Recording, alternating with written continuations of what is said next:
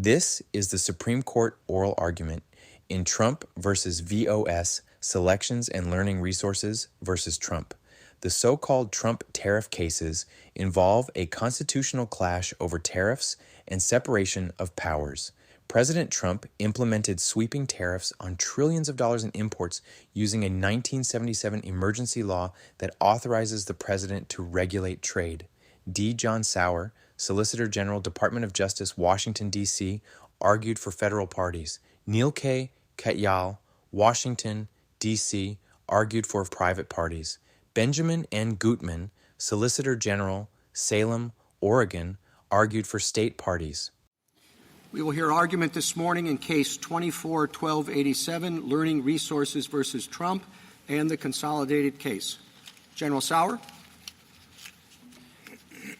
Mr. Chief Justice, and may it please the Court. On April 2nd, President Trump determined that our exploding trade deficits had brought us to the brink of an economic and national security catastrophe. He further pronounced that the traffic of fentanyl and other opioids into our country has created a public health crisis, taking hundreds of thousands of American lives. President Trump has declared that these emergencies are country-killing and not sustainable, that they threaten the bedrock of our national and economic security, and that fixing them will make America a strong, financially viable, and respected country again. Due to IEEPA tariffs, President Trump has negotiated agreements worth trillions of dollars with major trading partners, including most recently China. Unwinding those agreements, he warns, would expose us to ruthless trade retaliation by far more aggressive countries and drive America from strength to failure with ruinous economic and national security consequences. In Dames and Moore against Regan, this court held that IEEPA's sweeping and unqualified language grants the president's actions the strongest presumption of validity and the widest latitude of judicial interpretation. Yet plaintiffs argue that tariffs, IEEPA's least blunt and most nimble tool, are virtually the only tool that Congress did not grant the president to deal with foreign emergencies. That is wrong. The phrase regulated importation plainly embraces tariffs, which are among the most traditional and direct methods of regulating importation. And plaintiffs concede that IEEPA authorizes quotas and other tariff equivalents. The major questions doctrine does not apply here. IEEPA confers major powers to address major problems on the president, who is perhaps the most major actor in the realm of foreign affairs. And the non-delegation doctrine casts no doubt on IEEPA because Congress may assign the president broad authority regarding the conduct of foreign affairs, where he enjoys his own inherent Article II powers. I welcome the Court's questions. Would you spend a few minutes on why exactly the major question doctrine doesn't apply to the president in this case? Yes, Justice Thomas, and I'd maybe make 2 or 3 points on that front. First of all, though the major questions doctrine may apply to the president in other contexts, specifically in the foreign affairs context where he has his own inherent Article II authority, it's a particularly poor fit to apply the major questions doctrine, and that's for at least 2 reasons. First of all, just as a matter of kind of common sense interpretation, one would expect Congress to confer major powers on the president to address major, sort of foreign, international crises, so to speak, in foreign arising emergencies, that's just sort of a natural common sense thing you expect Congress to do. And in fact, Justice Jackson in his Youngstown opinion addressed this very situation in pages 652 and 653 when he says, this is the system within this is the procedure within our constitutional system that we have developed to strike the balance. What Dames and Moore described as the never-ending tension between the need for the executive to have robust powers to address emergencies and to subject it to checks and balances. What our constitutional system has devised to address that particular problem, that never-ending tension, is the system where Congress confers broad and necessary powers in advance and subjects them to ongoing political oversight, which is exactly what you see in IEEPA. So that's one reason. One reason, just as a matter of common sense interpretation, you would expect Congress to grant major powers to the president, who has his own broad range of major authority, inherent Article II authority in this context. And that is buttressed by the second point, which is... General, there, and I know that you have a second question, and I want to let you get to that. But just on that first reason, it seemed to depend a lot on the president's inherent Article II powers. And I'm wondering which powers you're speaking of there, because tariffs, one would naturally think, is are the power to impose taxes, the power to regulate foreign commerce. These are not things that are thought of as Article II powers. They are quintessential Article I powers. So what kind of Article II powers are you relying on when you gave the answer about major questions to Justice Thomas?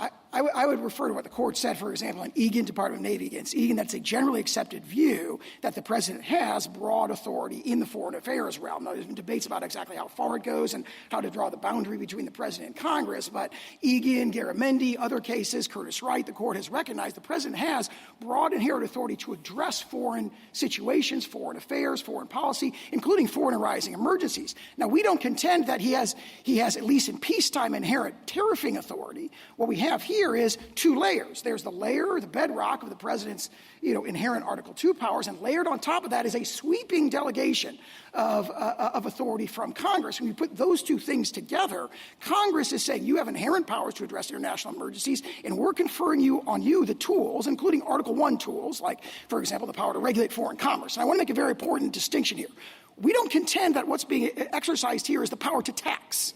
It's the power to regulate foreign commerce. These are regulatory tariffs. They are not revenue-raising tariffs. The fact that they raise revenue is only incidental. The tariffs would be most effective, so to speak, if no person ever paid them, if they achieve their goals. If they Counsel, you've already mentioned Dames and Moore three times, which surprises me a little because the court in Dames and Moore went out of its way to say that it was issuing a very narrow decision that pretty much expected to apply only in this case. Just a few quotes. It said, decisions in this area have been rare, episodic, and afford little precedential value for subsequent cases.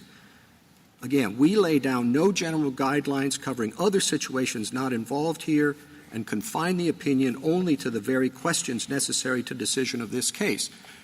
And it ended the opinion. It said, finally, we re-emphasize the narrowness of our decision. Now, this at issue in Dames and Moore was a different provision of IEPA, not at issue here, and certainly did not concern tariffs. So I don't quite understand how you can get as much out of Dames and Moore as you're trying to get. Maybe I could put it this way. We don't dispute that Dames and Moore is, as you state, a narrow opinion. However, it addressed certain principles that we think are equally applicable here. For example, the interpretive principle. Dames and Moore held, and again, it was the power to nullify and void, not the power to regulate, but it's in the very same sentence, in the very same statute, and the court quoted the First Circuit opinion and said, look, this is sweeping and unqualified language, which it didn't disagree with. And then it said, this particular provision where Congress has given these broad verbs, regulate is a capacious verb, admittedly, so are nullify, so are void, so are, frankly, all the other verbs there in the language in IEPA. The way the court thought about it is we are looking at this through the lens of Justice Jackson's opinion in Youngstown, and the court held specifically that these verbs place the president in Youngstown Zone 1. The court held that he's subject to the widest latitude of judicial interpretation, that he receives the strongest presumption of validity. I just don't understand this argument. It's not an article. It's a congressional power, not a presidential power to tax. And you want to say tariffs are not taxes, but that's exactly what they are. They're generating money from American citizens, revenue. And you say it's incidental to the regulatory purpose. But I don't see how a quota is equivalent to revenue raising. A quota sets a limit to what you can import in, but it doesn't generate revenue. I don't understand this argument, that it's equivalent, or that foreign powers or even an emergency can do away with the major questions doctrine. Didn't we in the Biden case recently say an emergency can't make clear what's ambiguous? As to that point, I believe the court has never applied the major questions doctrine in the foreign policy context. But we That's have, the emergency context, not the foreign policy counsel, context. we have never applied it to foreign affairs, but this is a tariff. This is a tax. It is a, if I may, it's a foreign-facing regulation of foreign commerce. That's a regulatory tariff distinct from a tax. So Biden could have declared a national emergency and global warming and then gotten his student forgiveness to not be a major questions doctrine?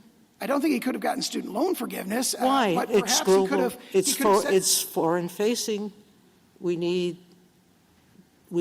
all of these things to face to tax fossil fuel or to do something else. That's all Biden would have had to do with any of his programs? Let me put it this way, if I may. Is just declare some foreign-facing purpose? If I may, maybe I can articulate it this way. The power to impose tariffs is a core application of the power to regulate foreign commerce, which is what the phrase regulate importation in IEPA naturally evokes. Why not the power to tax. Could you tell me why it is that when Congress intended to permit a president to regulate by imposing tariffs, it's always used tariff and regulate?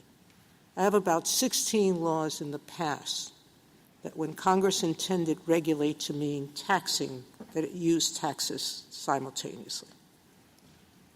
But it didn't here. Respectfully, this court came to the opposite conclusion, if I may, in Algonquin, where the phrase was not include duties. Well, but that was, we did something in Algonquin. It was in the duties section, unlike here.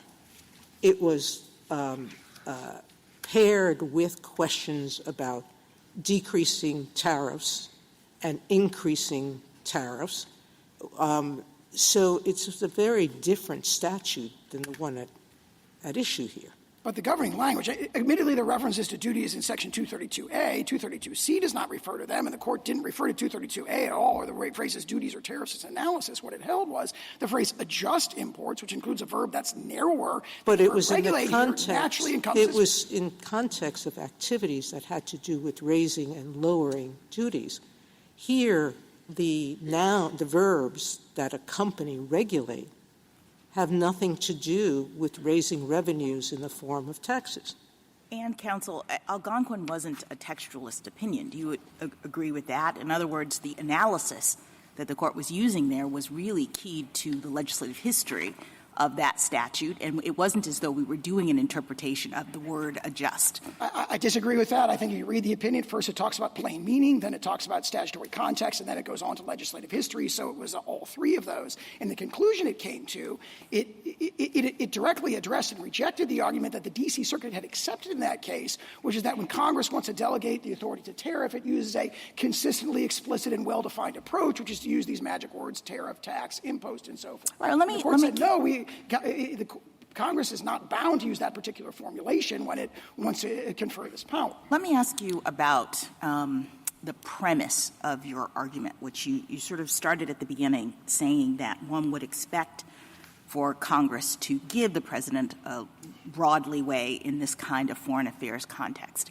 And I guess I'm wondering whether you also don't have to contend with the actual purpose of IEPA in making this argument, because as I understand it, that the IEPA was designed and intended to limit presidential authority, that Congress was concerned about how presidents had been using the authority under the predecessor's statute, TWIA, and it's pretty clear that Congress was trying to constrain the emergency powers of the president in IEPA. So it seems a little inconsistent to say that we have to interpret a statute that was designed to constrain presidential authority, consistent with an understanding that Congress wanted the president to have essentially unlimited authority.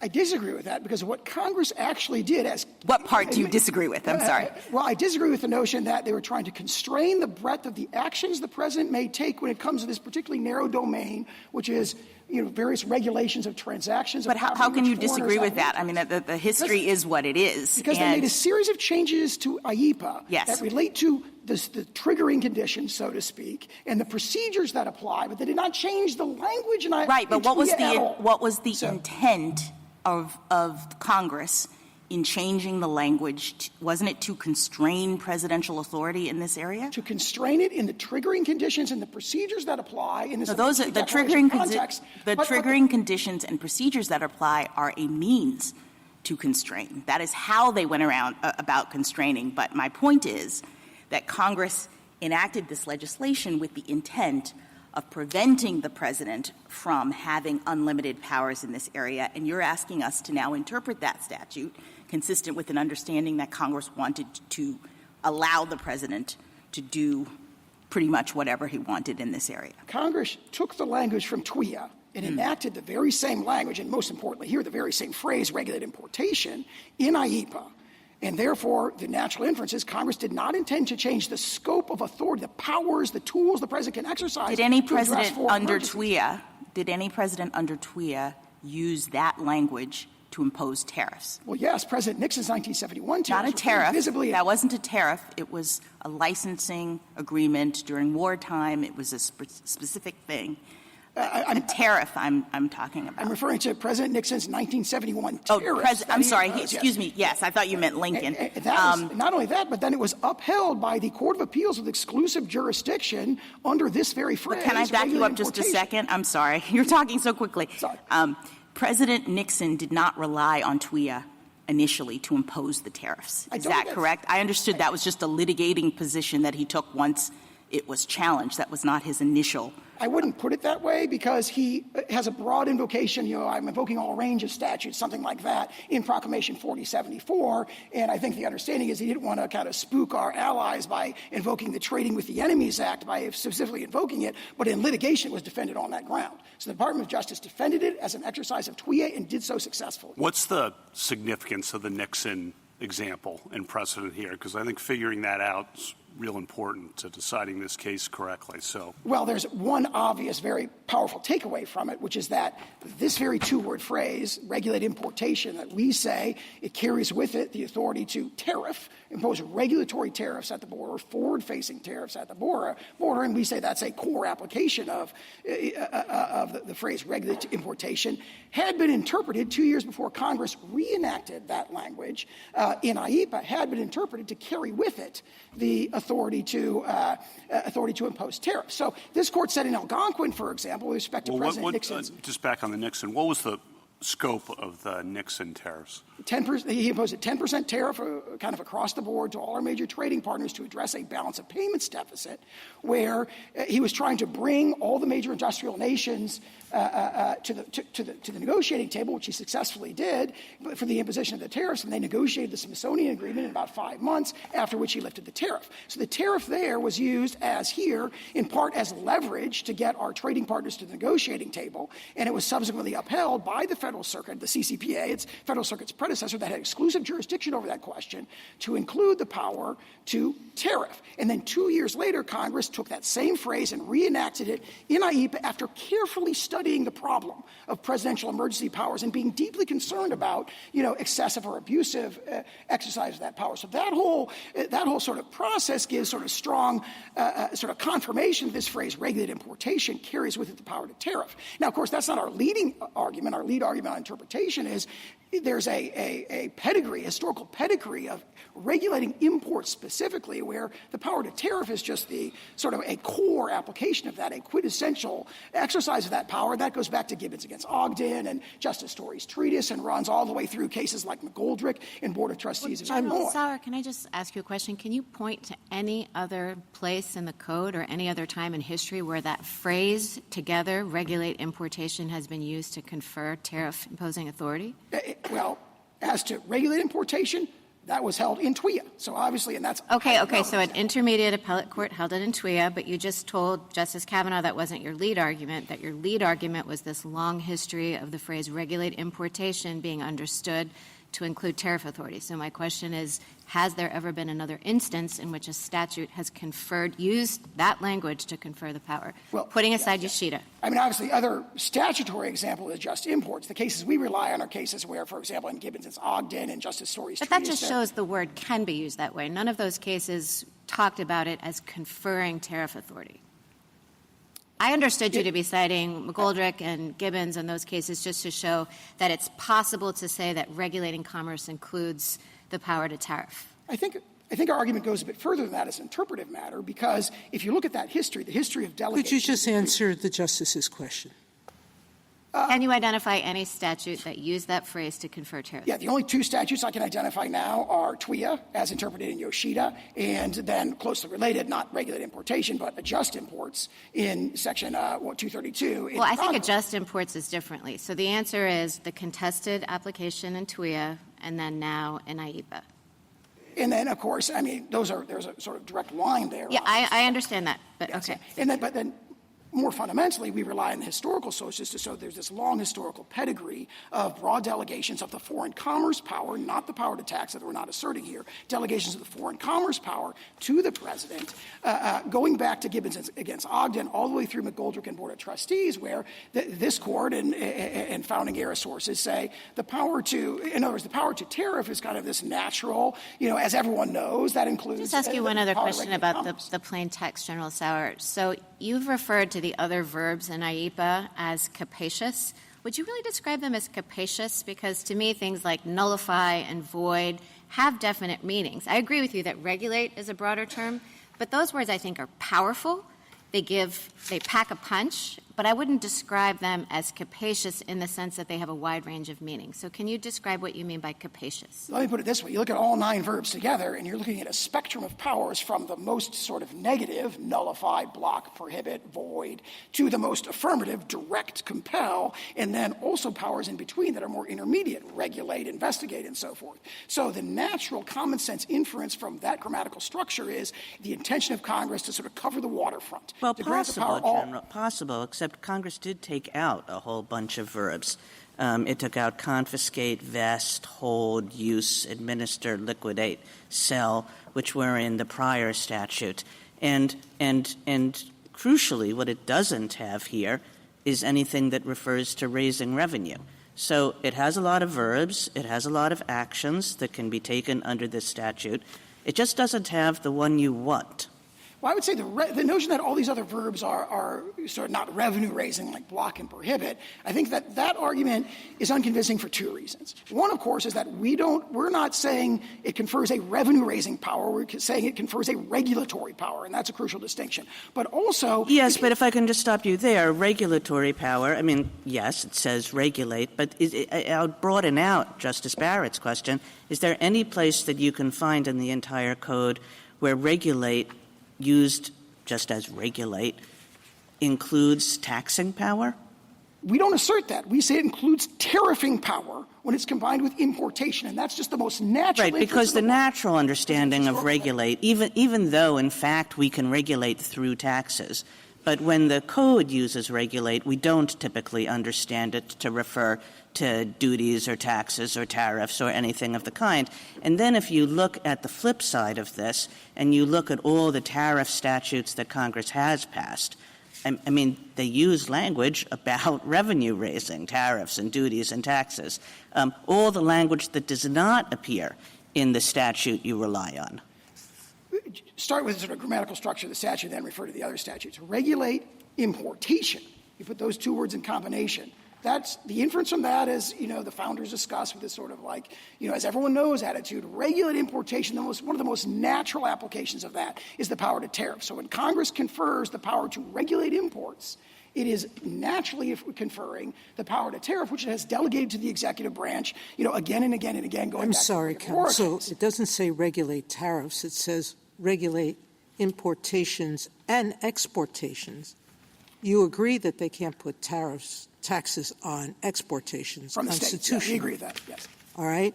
So why should we think that it's natural then to think that regulate importation includes taxing importations? Because it's in the conjunctive, importations and exportations. If they can't do it with respect to exportations, why are we permitting them to do it with respect to importations?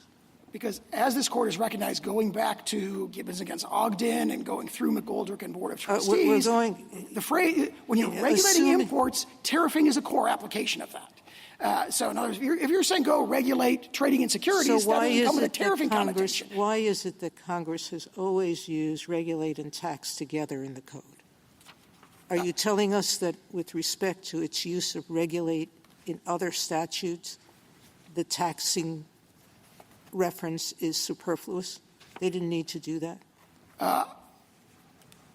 I'm not sure what other statutes use regulate and tax together, but this statute has a specific historical pedigree going back to its enactment during World War I in 1917, where the phrase regulate importation is evoking an inherent power to tariff that became established in the 19th century in cases like Hamilton against Dillon and so forth, and that history is, I think, set forth in Professor Baumsei's amicus brief.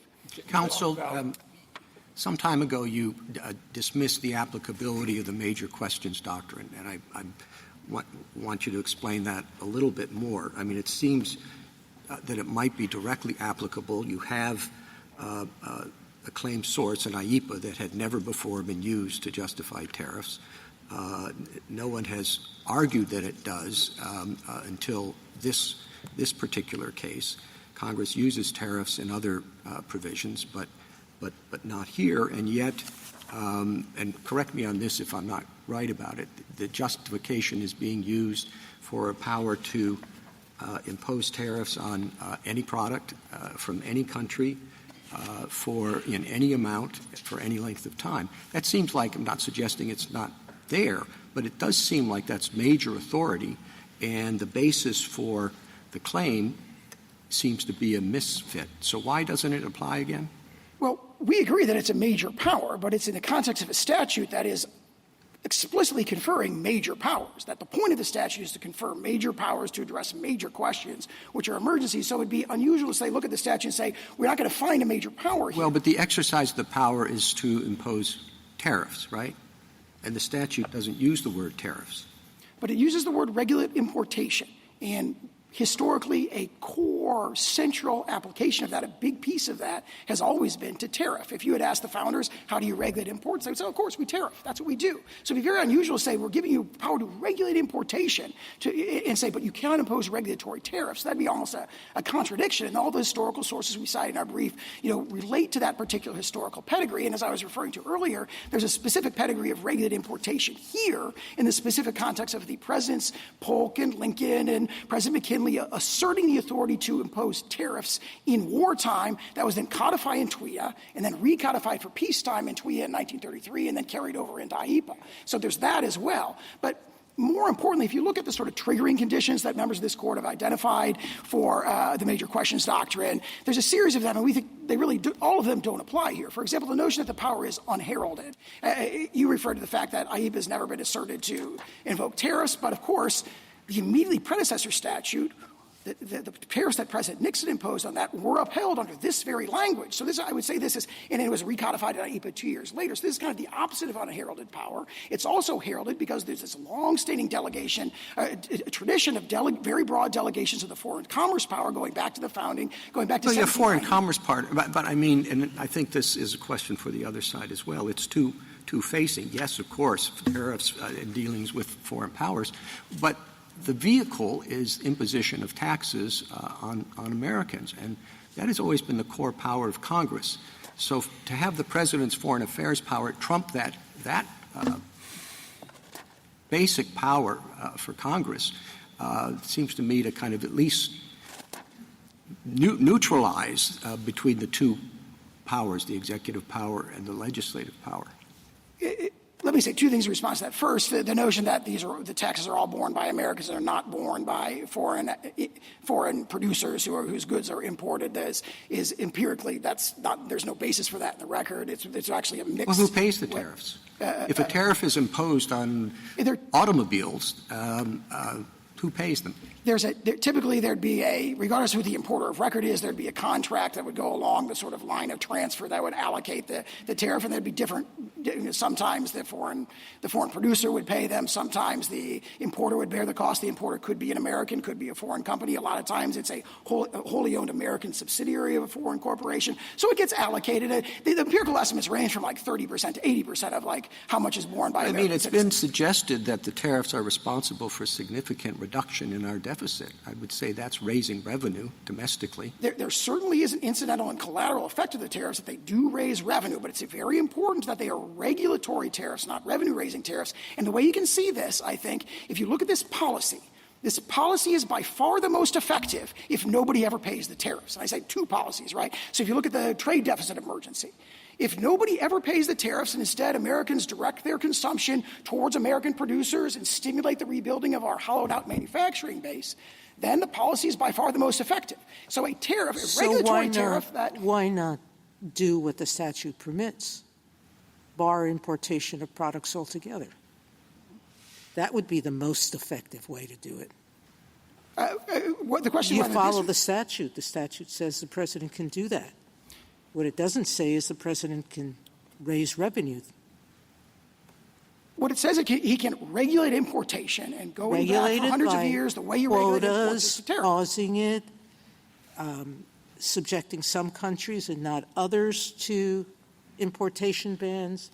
There's a lot of verbs, but none of them include generating revenue as a side effect or directly. Let me address that verb point, if I may, because think about the canonical example, a statute that refers to a list of swords, knives, daggers, dirks, and pikes. There you look at that list of things and you say, aha, those are all weapons, therefore a pike is a spear, not a fish in that particular context. Now look at this list of verbs, block, prohibit, compel, direct, and so forth. You don't look at that naturally as an ordinary reader and say, oh, look, they're all not revenue raising. What you say is they're all very broad, powerful, actions that you can take. The verbs that are in the statute are actually doing something. I mean, they're in the statute for a reason, and as I understand it, Congress actually explained to us in its Senate report and House report when it enacted the 1941 amendments to TWIA what it was doing. It said that what we are doing is authorizing the president, in the Senate report, quote, to control or freeze property transactions where a foreign interest is involved. There's similar language about controlling, freezing control in the House report. So I appreciate that generally you can look at these words and you can imagine that they mean certain things, but here we have evidence that Congress was actually trying to do a particular thing with respect to the authority that it was presenting to the president, and that thing was not raising revenue. I think that the powers that Congress was conferring on the president are best understood through the plain text of the statutes, which includes regulating importation. No, I know, but some of us care about the legislative history. And so the plain text of the statute has certain verbs in it. It also has regulate commerce, as you say. And when I look at the legislative history, it appears as though Congress was trying to give the president the authority to, quote, control or freeze property transactions where a foreign interest is involved. And in the TWIA context, that makes perfect sense because we're talking about a wartime dynamic. And what is happening is the president needs the authority to prevent trading with the enemy in the midst of a war. And that seems to be the focus of this statute. So I guess I'm concerned about just sort of taking a particular word here and there and saying that the general view of it might include raising revenue when, in fact, it looks as though the aim of this was really to give the president a certain kind of authority to freeze the assets of the enemy. And let me say two things in response to that. First, as the notion that this is a revenue-raising tactic or power, it is not. We are asserting a regulatory power. It's a delegation of the power to regulate foreign commerce. The way to control imports traditionally has been to tariff them. They say, well, you can impose quotas. Well, quotas are essentially economically equivalent to tariffs. So the question is, why would you be able to quota under regulate but not tariff under regulate when the tariffs are themselves regulatory? And let me turn back to the question the response I was giving to the Chief Justice to illustrate that. Could the answer be that in other places where Congress wants that particular form of regulation to be used, they say impose duties. They say you can tax, Mr. President. Here they don't say that. I'd say two things in response to that. That's the very argument that this court rejected in Algonquin, that the fact that these other specific statutes do you say a certain way, you have to do If we disagree with you that Algonquin is a similar context, do you have another statute or another circumstance? And again, not to cite Algonquin again, but obviously we discussed the phrase adjust imports. And they said, no, the natural way to do that is to tariff them. And they specifically said it makes no sense at all to authorize quotas, which was conceded that statute did authorize, but not tariffs, because those are equivalent. But it said adjust by any means necessary, which kind of beefs up the adjust. And also, and this is actually, I just don't know the answer to this question, so maybe you can help and maybe the other side can help as well. Algonquin was very careful to always call it a license and a licensing fee, and in the oral argument that came up too, the distinction between a tariff and a licensing fee. And I can understand how in some contexts it would be very difficult. You would press on it and you would say, well, if this license fee is raising revenue, then it actually functions as a tariff. But what is the significance of that? Because in IEPA, it also says, it refers particularly to licenses. It says you can license. And license would be a way of giving permission That's actually the language also used in the Civil War one, and what is it? Hamilton against Dillon. Yeah. Exactly. Yes, it does. It was a license. It was a license fee, and that's a way to grant permission that you wouldn't otherwise have to trade and import and let it through. So tell me what the distinction is between licenses and fees and if it matters. It's hard for me to see one because what President Lincoln said is, okay, we're going to allow imports from hostile foreign powers, basically rebellious Confederate states, of cotton subject to a license, but you got to pay 4 cents a pound on cotton. When you do it, that's the condition. That is so nearly equivalent to a tariff that says you can bring these goods into our country, but you got to pay a ad valorem assessment on it.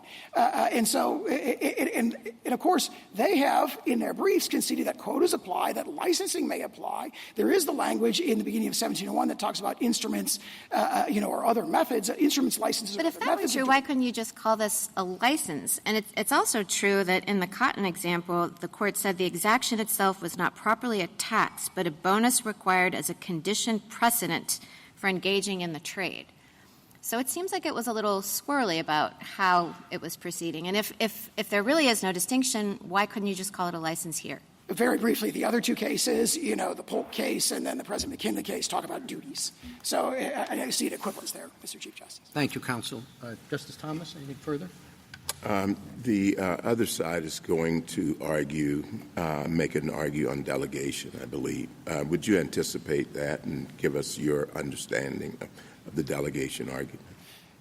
Yes, Justice Thomas. I'd say a couple things in response to that. First of all, this court has stated that the non-delegation doctrine does not apply with anything like the same force as it does in the domestic context in the foreign context. And that, again, to cite Dames and Moore again, Dames and Moore cites Youngstown. In Youngstown, in footnote 2 of Justice Jackson's opinion, he goes into detail about this. He addresses Curtis Wright. He says there's a lot of broad dicta in Curtis Wright, but the holding of Curtis Wright, the ratio dissidenti, is that the domestic non-delegation doctrine does not apply with the same force in the foreign context. And then he uses that phrase, does not apply. He says the strict limitations on delegation that apply, in the internal context do not apply in the external context. And so we rely on that line of cases. And for the reasons I talked about earlier, we're talking about a situation where the president has his own inherent authority to address foreign arising emergencies, and Congress is conferring tools on him that expand his ability, his capacity to do so. We are in the area of Youngstown Zone 1. A few times you have alluded to the history as being important in interpreting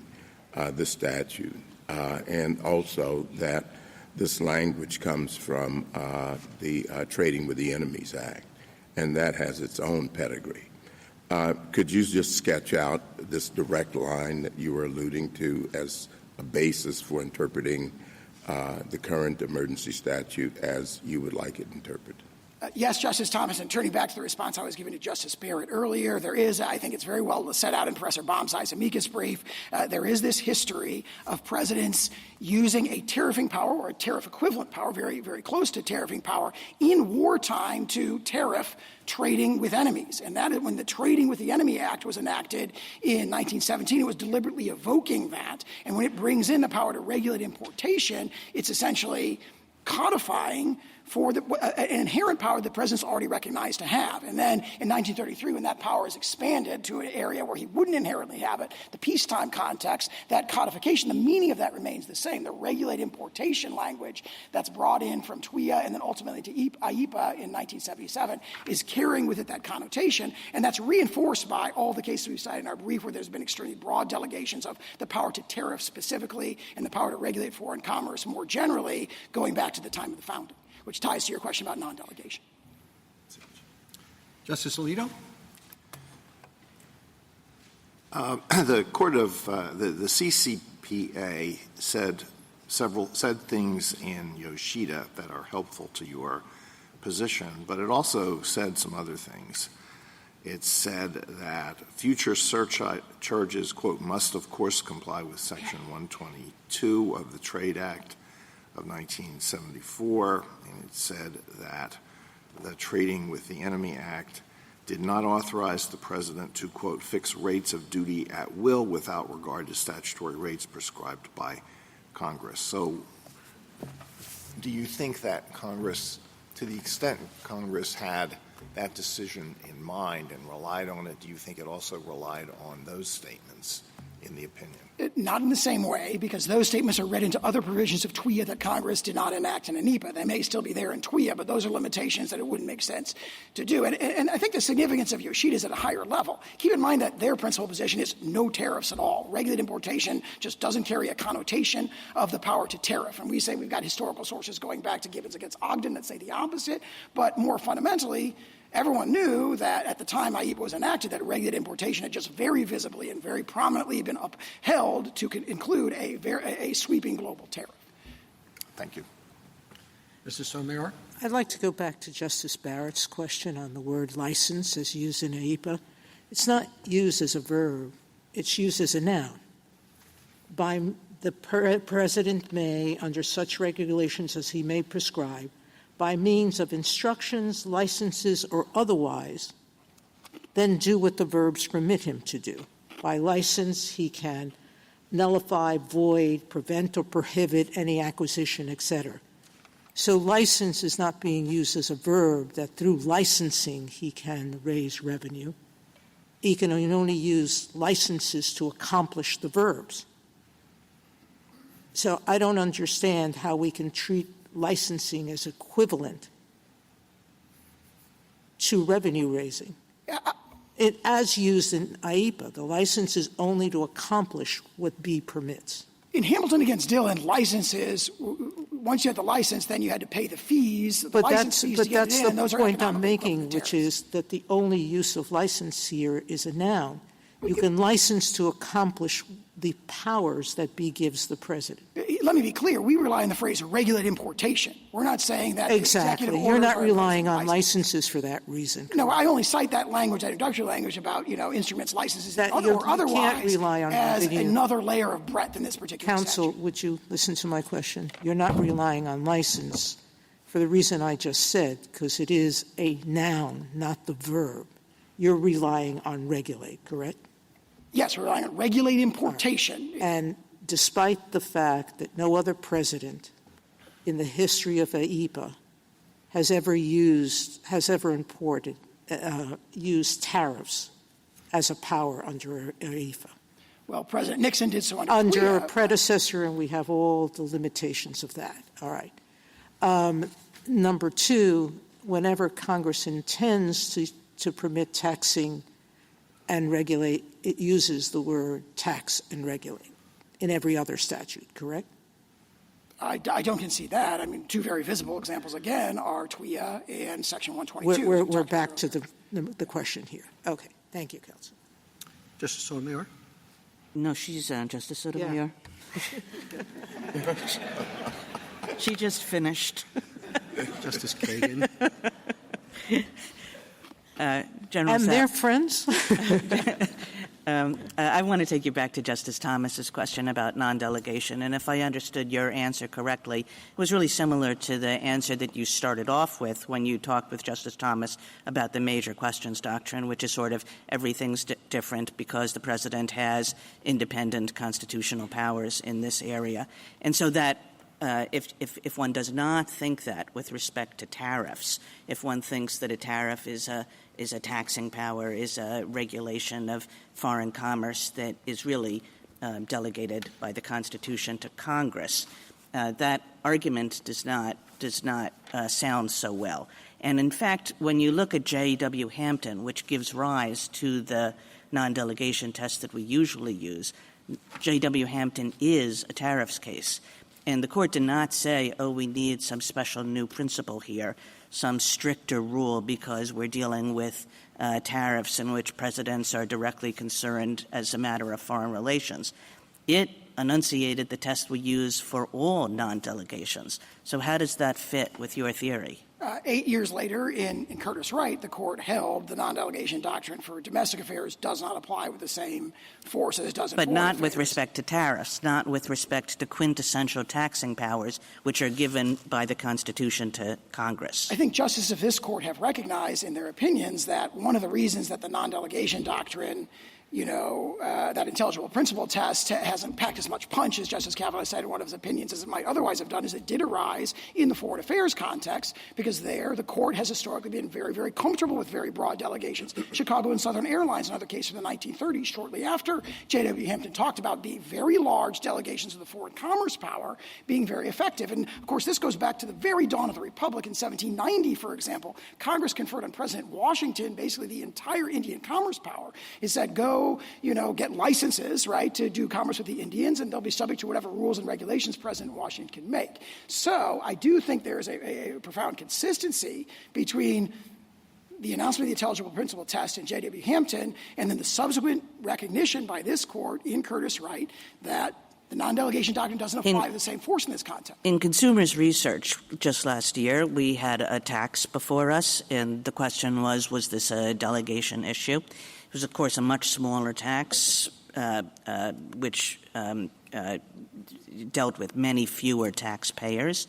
Notwithstanding that, we said if there's no ceiling on this tax, we sort of assumed that if there were no ceiling on this tax, it would raise a delegation problem.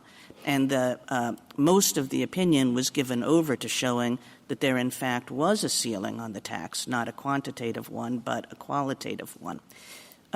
But how does your argument fit with the idea that a tax with no ceiling, a tax that can be anything, that here the president wants, there an agency wants, would raise a pretty deep delegation problem? First of all, I can't say enough. It is a regulatory tariff, not a tax. And that, I think, ties to my response to that, which is that this is a totally different context. This is IEPA, a statute that Congress carefully crafted to grant the president admittedly broad powers to address foreign arising emergencies. It's outward-facing to foreign affairs, where there's the broadest level of deference to the political branches, this court has recognized in many cases. And it imposed not a floor or limit on the amount of a tariff that could be imposed very naturally, because, for example, as this court said in Loving, quoting Alexander Hamilton in the Federalist Number 23, it's impossible to foresee either what exigencies may arise or what tools may be needed to address those exigencies, the means that may be required to address those exigencies. Instead, Congress grant very broad powers, but they're confined to a particular domain. This domain is any property in which any foreign government or any national thereof has any interest. So the sort of discipline, if one were to apply, we say you shouldn't, but if you were to apply the non-delegation doctrine, the domestic-facing non-delegation doctrine in this context, there's a significant limitation there. Yeah, where you so have my last question really does have to do with that point, which is how or whether this is confined. Because if you look at Title 19, which is loaded with tariffs and duties of various kinds, all of them have real constraints on them. They are, you can't go over X percent, or it can't last more than 1 year. And, of course, the way you interpret this statute, it has none of those constraints. And the question arises why it is that any president ever would look to the tariffs in Title 19 if sub silentio, if you will, this statute gives the president the opportunity to blow past those limits. This statute has its own constraints. They are constraints that are appropriate for the context, which is internationally arising emergencies. They are carefully crafted by Congress to address that, and they are admittedly different. They're in Section 1701. The president has to make a formal declaration of a national emergency, which subjects him to particularly intensive oversight by Congress, natural lapsing, repeated review, reports, and so forth. It says you have to consult with Congress to the maximum extent you possible. yourself think that the declaration of emergency is unreviewable. And even if it's not unreviewable, it's of course the kind of determination that this court would grant considerable deference to the president on. So that doesn't seem like much of a constraint. But it is. And in fact, we've had cases recently which deals with the president's emergency powers, and it turns out we're in emergencies everything all the time about like half the world. Well, this particular emergency is particularly existential, as Executive Order 14257 says, and of course no one disputes the existential nature of the fentanyl crisis, which, we had an agreement last week to create progress on, which illustrates the effectiveness of the tariffs tool here. But the point I would make in response to that is those are, even if there's limited judicial review, which is very natural in the foreign affairs context, this court has always granted the president the presumption that he's acting in good faith. There are real hurdles there, very significant. It's got to be an unusual, extraordinary threat.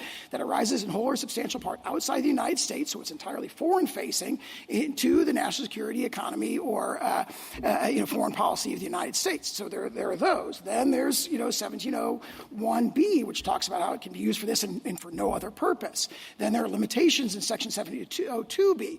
Then there is the limitations that I was referring to earlier about what he can actually do. He can do a heck of a lot, but only when he's dealing with property in which foreigners have an interest. And that's a pretty narrow domain. That's quite a silo, so to speak. And then, of course, overarching it all, there's congressional oversight. And you may say congressional oversight may not have much bite, but Congress didn't think so. Congress crafted this compromise. It balanced the never-ending tension. When it drafted AEPA, it had its eyes open. As the dissent below says, its eyes open looking at the problem of sweeping emergency powers for an executive who may use them in a way that's excessive versus the need to address unforeseeable Thank you, emergencies. General. Justice Gorsuch. General, just a few questions following up on the major questions discussions you've had. You say that we shouldn't be so concerned in the area of foreign affairs because of the president's inherent powers. That's the gist of it, as I understand it, why we should disregard both major questions and non-delegation. So could Congress delegate to the president the power to regulate commerce with foreign nations as he sees fit, to lay and collect duties as he sees fit? We don't assert that here. That would be a much harder case now in 1790. Isn't that the logic of your view, though? I don't think so, because we're dealing with a statute that was a carefully crafted compromise. It does have all the limitations that I just talked about. You're saying we shouldn't be concerned with. I want to explain to me how you draw the line, because you say we shouldn't be concerned because this is foreign affairs and the president has inherent authority, and so delegation off the books, more or less.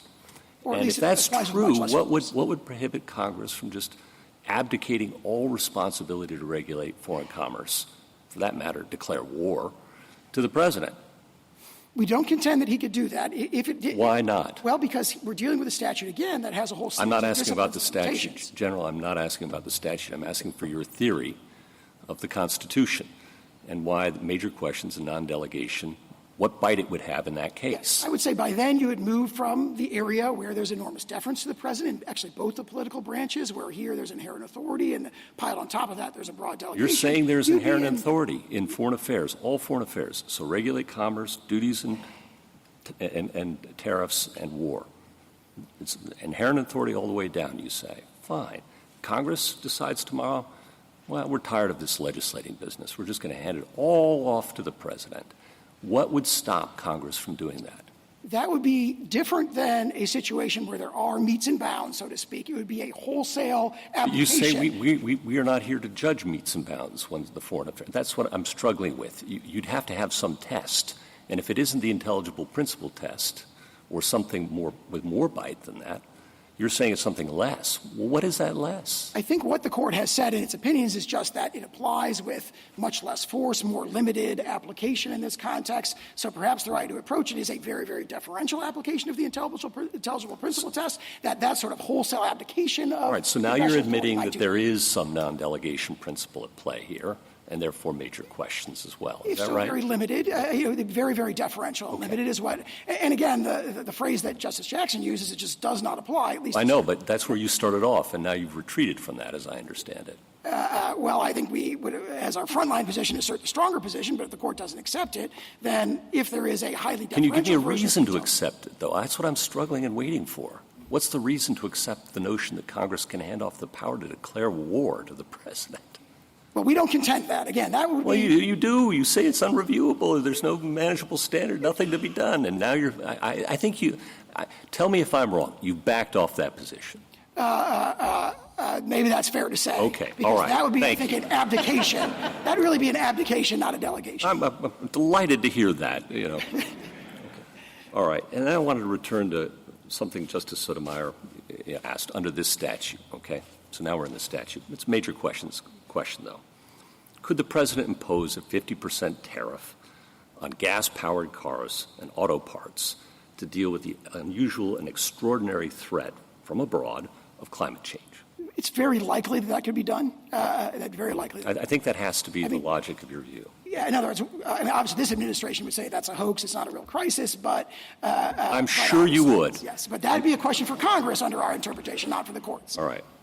And then on this inherent authority idea, I understand the president's inherent authority in wartime, and a lot of your examples of regulating commerce, and maybe your best one, Hamilton, during the Civil War, they occurred during wartime when the president's commander-in-chief power is clearly in play. Does the president have inherent authority over tariffs in peacetime? No, we do not contend that. Okay. And in fact, I'd cite, if I may, I'd point the court to two cases. They're Loving against United States and then Masery that's cited in Loving. Those are situations, for example, Loving against United States, the president had broad Article II inherent authority. There was the commander-in-chief power. But this court held he does not have inherent authority to do the power that was delegated to him, right, which is the power to, identify aggravators that make you eligible for the death penalty in court-martial trials. And yet this court said, well, we're not going to see a delegation problem here, even though it's really a wholesale delegation which would otherwise be legislative authority. It would be kind of like a small version of what you're hypothetical. It would be an abdication. But because you're in a foreign affairs context or their commander-in-chief military context, where the president has his own delegation of authority, he doesn't have the power to do this. But because of his background inherent authority, the court said this is a situation where we're not going to see a delegation problem when there clearly would have been a delegation problem in the domestic context. And those cases, I think, are powerful here. General, if I can cut through those words, I think you're saying that no, the president doesn't have inherent authority over tariffs in peacetime. Absolutely. That is, Okay. we do not assert that. We say that Congress can delegate that to him, and when Congress does so, as it does when it uses the phrase regulate importation. I follow all of that. I agree. Okay. You emphasize that Congress can always take back its powers. You mentioned that a couple of times. But don't we have a serious retrieval problem here? Because once Congress delegates by a bare majority, and the president signs it, and of course every president will sign a law that gives him more authority, Congress can't take that back without a supermajority. And even then, it's going to be veto-proof. What president's ever going to give that power back? Pretty rare president. So how should that inform our view of delegations and major questions? I would look at the balance that Congress struck, because what Congress did initially, it had a two-house legislative veto. And we was struck that unconstitutional down. in Chadha, Yeah. and then Congress went back to the statute and amended it. Yeah. It took out the legislative veto and left in the joint resolution, but still left the president with all those powers. That's what Congress did? Yes. Fair enough. As a practical matter, in the real world, it can never get that power back. I disagree, because in January 2023, Congress voted to terminate one of the biggest IEPA emergencies ever, the COVID emergency, and the president went along with that. So what the statute reflects is there's going to be the ability for a sort of political consensus against a declared emergency. Well, what happens when the president That's a simply political discipline. vetoes legislation to try to take these powers back? Well, he has the authority to veto legislation to terminate a national emergency, for example. I mean, he retains the powers in the background because IEPA is still on the books. But if he declares an emergency and Congress doesn't like it and passes a joint resolution, yes, he can absolutely veto that. Yeah, Congress Congress, as a practical matter, can't get this power back once it's handed it over to the president. It's a one-way ratchet toward the gradual but continual accretion of power in the executive branch and away from the people's elected representatives. I disagree with that, and the recent historical counterexample of Congress's termination of the COVID emergency demonstrates that the political oversight With the president's assent. is meaningful. With the president's assent, in fact, Once he lost it by a veto-proof majority in the Senate, I think the position moved. And I think he realized, and that's the political process working. There was a political it takes a consensus supermajority, against a it that veto-proof coalesced. majority to get it back. Yeah. Okay. One other question. Do you think tariffs are always foreign affairs? I do think they would. I can't think of a situation where they're not foreign-facing. If you're talking about tariffs on imports, I mean, maybe there are other tariff contexts that I'm not aware of, but yes, they typically would involve a foreign affairs thing. However, in Gibbons against Ogden, if they are revenue-raising tariffs, they would not raise the same sort of like foreign affairs issues as regulatory tariffs, which are imposed not for the purpose of raising revenue, but to induce foreign powers to change their behaviors. So revenue-raising tariffs are not foreign affairs, but regulatory tariffs are. I don't think a revenue-raising tariff would be foreign affairs to the same degree, at least. I think it has a foreign application, obviously, but I don't think it would raise the same issues. Okay. Thank you, General. Justice Kavanaugh? Figuring out what regulate importation means is obviously central here. And for major question purposes, I think the way we think about that kind of question is, does the specific authority, power, major power, now asserted pursuant to that general statutory authorization, was that the kind of power that would have been understood by people, by Congress at the time the general statute was passed, as distinct from being a novel kind of use of that general authority to do something different? Unheralded is the word in our cases. Okay. One problem you have is that presidents since IEPA have not done this. Your primary answer, or one of your many answers to that, is the Nixon example. And that's a good example for you because Nixon relied on regulate importation to impose a worldwide tariff. Good example.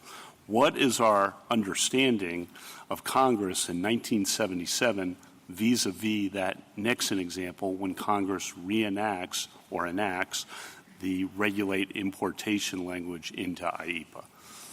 Congress at that time was fully aware that a Court of Appeals with exclusive jurisdiction had interpreted that very phrase very visibly, very prominently to include the power to tariff, and then reenacted it without change. The court addressed a kind of lesser situation in Algonquin when it came to Section 122, and the court said President Nixon interpreted this to include a tariffing power, a tariffing-like power, and then Congress a few months later reenacted the language without change, and that's powerful evidence of congressional acquiescence. So that immediately historical background is very powerful, and it's buttressed, of course, by sources going back to the founding, where we say the phrase regulate importation, a quintessential application of that is the power to tariff. That's how you regulate. Why this may require some speculation on your part, economic philosophy, et cetera, but I'll ask it. Why do you think Presidents Clinton, Bush, Obama have not used IEPA to impose tariffs on, because there have been trade disputes, and certainly President Bush, steel imports and the like.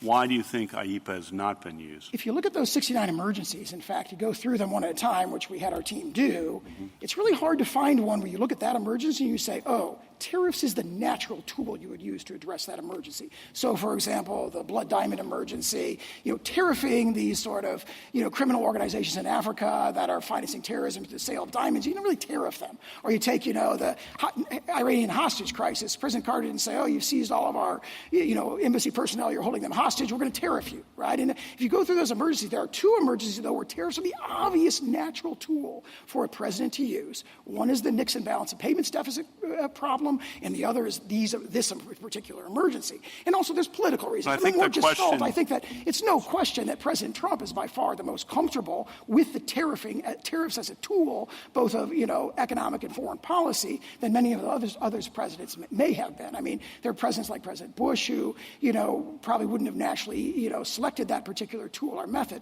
But if you go through all 69 of those intervening emergencies, what they have not done, at least, is they have not identified where they say, oh, here's one where tariffs would have been the obvious tool, but the president didn't use it. Algonquin, as you've mentioned many times, is obviously very important here for us to understand exactly what's going on in Algonquin. The phrase there is different, adjust imports, and they really, the other side, your friend on the other side, really relies on the difference in language. And I just want you to give your best answer to why regulate importation encompasses tariffs when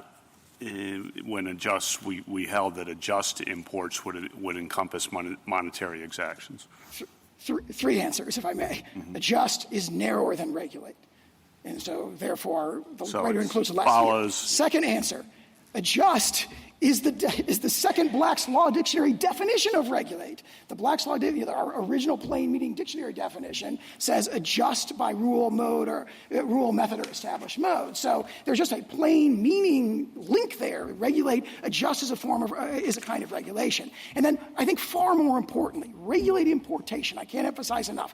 Going back to the time of the founding has been understood that the manner in which you regulate importation, the natural way to do that is to tariff. So it would be textually astonishing, given that historical pedigree, going back to Gibbons, going back to, Madison's letter to Cabell, and all the historical sources cited in our briefs. It'd be kind of astonishing to say, hey, President, you can regulate imports, but we're not saying this explicitly, but you do not have the power to tariff, when the tariffing is in many ways, the quintessential way of regulating importation.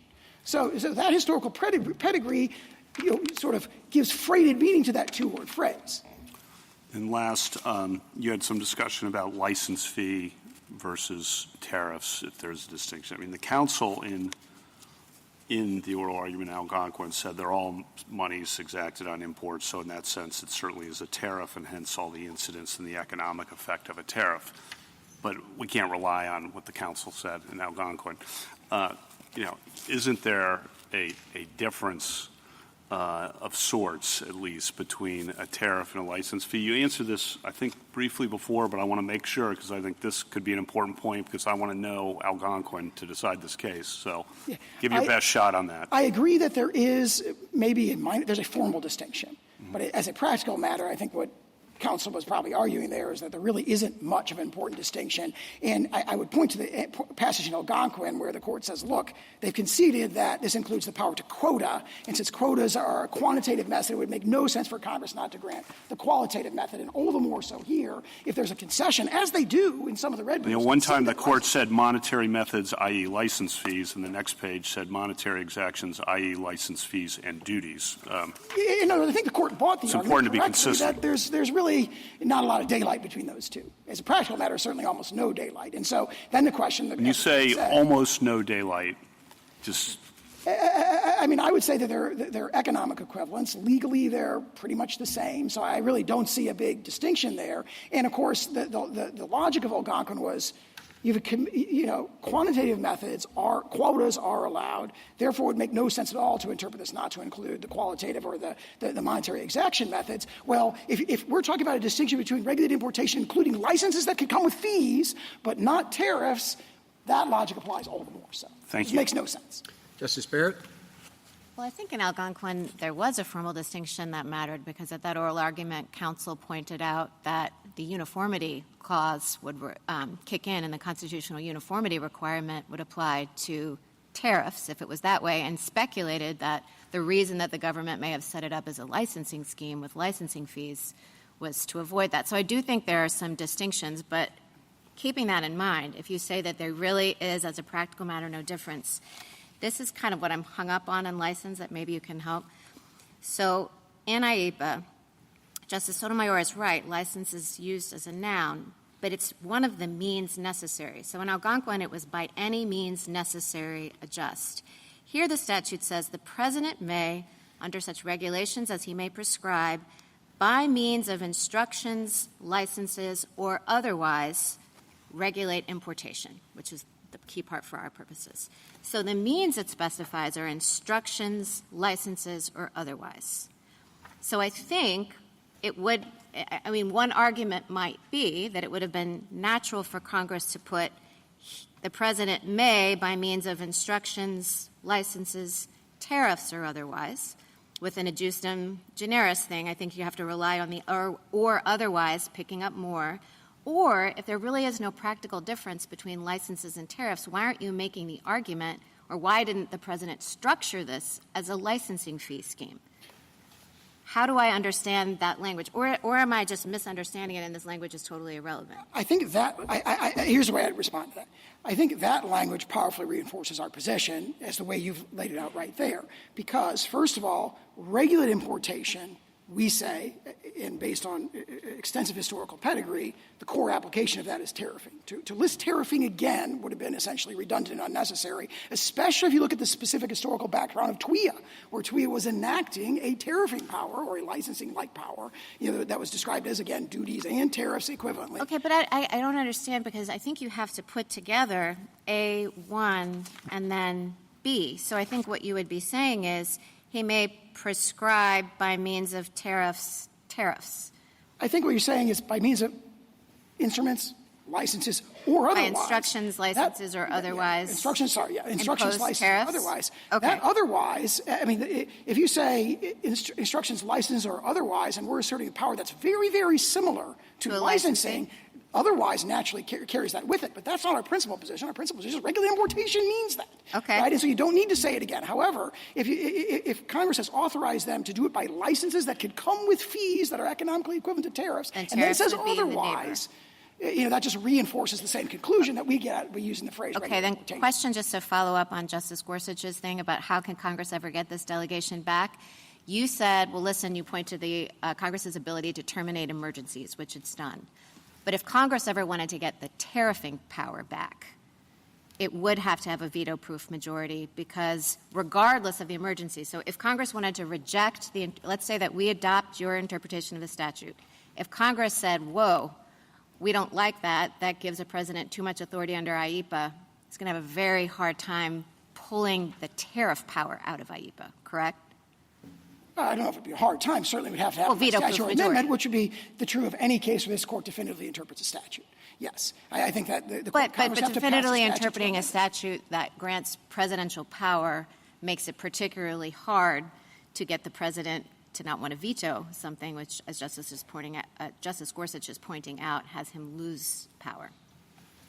All right. I want to ask you a question about unusual and extraordinary threat, which we have not talked about yet. And I specifically want to talk about the reciprocal tariffs. These are imposed on, these are kind of across the board. And so is it your contention that every country needed to be tariffed because of threats to the defense and industrial base? Spain, France, I could see it with some countries, but explain to me why as many countries needed to be subject to the reciprocal tariff policy as are. Yeah, Executive Order 14257 spells out the nature of the emergency and basically says that there's this sort of lack of reciprocity, this asymmetric treatment of our trade with respect to foreign countries' trade that does run across the board. This is a global problem. I think that puts in context the argument they make that this power to tariff is so broad because you're applying to every country in the world. That conflates the nature of the tool, tariffing, which they're challenging here, with the nature of the declared emergency, which they haven't disputed. They haven't disputed, for example, that the president has correctly identified that virtually every major trading partner has this longstanding sort of asymmetric, unfair treatment of our trade. So the argument this power is so broad is really based on a conflation of two different things. One is the power, right? Imagine this. Imagine that, for example, President Reagan had wanted to convince South Africa to change its apartheid policies, and he'd impose tariffs on them. No one would bat an eyelash and say, well, that's too broad, that can't be an IEPA. The power to tariff is fits naturally with all those powers to block, prohibit, and seize and so forth. What they're saying this is so broad because the emergency is so broad.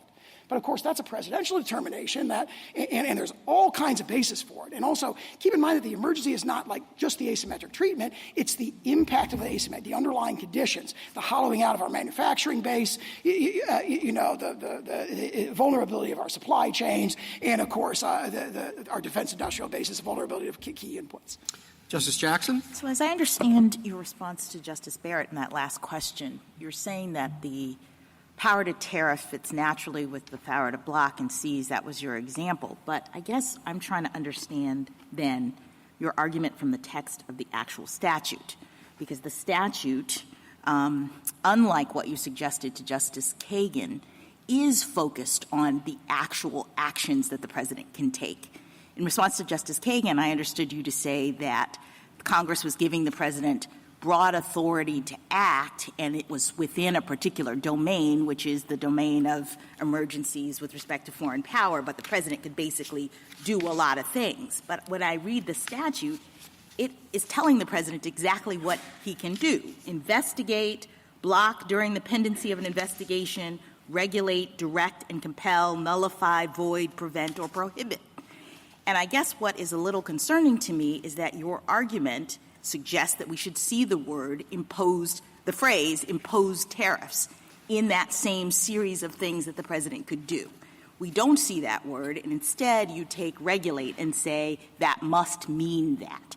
So I guess I'm getting back to Justice Barrett's maybe original question, which was, where else in the code has Congress used the word regulate to sub in for imposed tariffs? TWIA.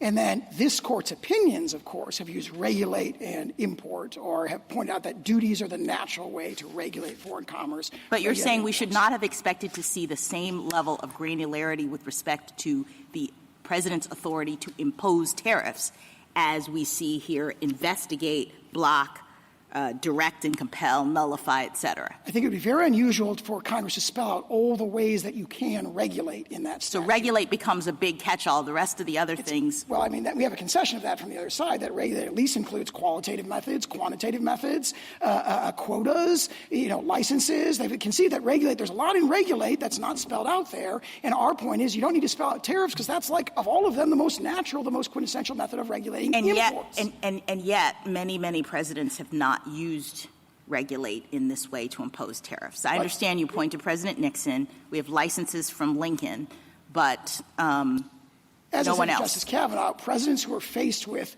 international crises to which tariffing is the natural response, that's President Nixon and President Trump, have invoked this authority. And also, frankly, President Trump invoked this authority in May of 2019 as well. Can I so ask you it's one more question? historically attested than they can see. Let me just ask one more question about the unusual threat. So in your conversation with Justice Gorsuch, that we had the climate change tariff hypo, and you indicated that there would be challengers to the notion that was an unusual and extraordinary threat. And I'm just wondering, under your position, would they be able to make a legal challenge? Are you saying the court would not be able to review?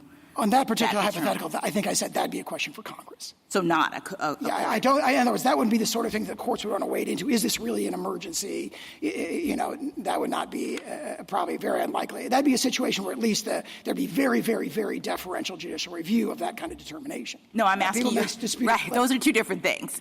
Is there no judicial review, or is there deferential?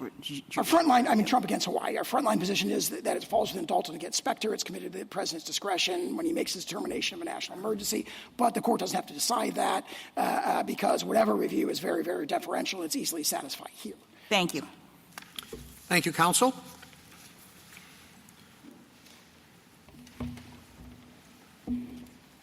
Mr. Katyal.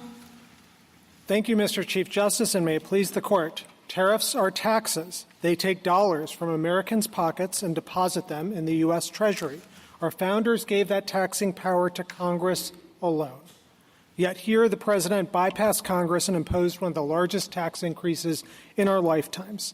Many doctrines explain why this is illegal, like the presumption that Congress speaks clearly when it imposes taxes and duties, and the major questions doctrine. But it comes down to common sense. It's simply implausible that in enacting IEEPA, Congress handed the President the power to overhaul the entire tariff system and the American economy in the process, allowing him to set and reset tariffs on any and every product from any and every country at any and all times. And as Justices Gorsuch and Barrett just said, this is a one-way ratchet. We will never get this power back if the government wins this case. What president wouldn't veto legislation to rein this power in and pull out the tariff power? IEEPA is a sanction statute. It's not a tax statute where Congress gave away the store. Congress knows exactly how to delegate its tariff powers every time for 238 years. It's done so explicitly, always with real limits. IEEPA looks nothing like those laws. It uses regulate, which Congress has used hundreds of times, never once to include tariffs, and it lacks the limits of every other tariff statute. And that is why, even though presidents have used IEEPA to impose economic sanctions thousands of times, no president in IEEPA's 50-year lifetime has ever tried to impose tariffs. And the president bypassed statutes that do address tariffs, like Section 122 for large and serious trade deficits, but that imposes a clear guardrail, 15% cap, 150-day limit. This is Youngstown at its lowest ebb. If the government wins, another president could declare a climate emergency and impose huge tariffs without fines or without floors or ceilings, as Justice Gorsuch said.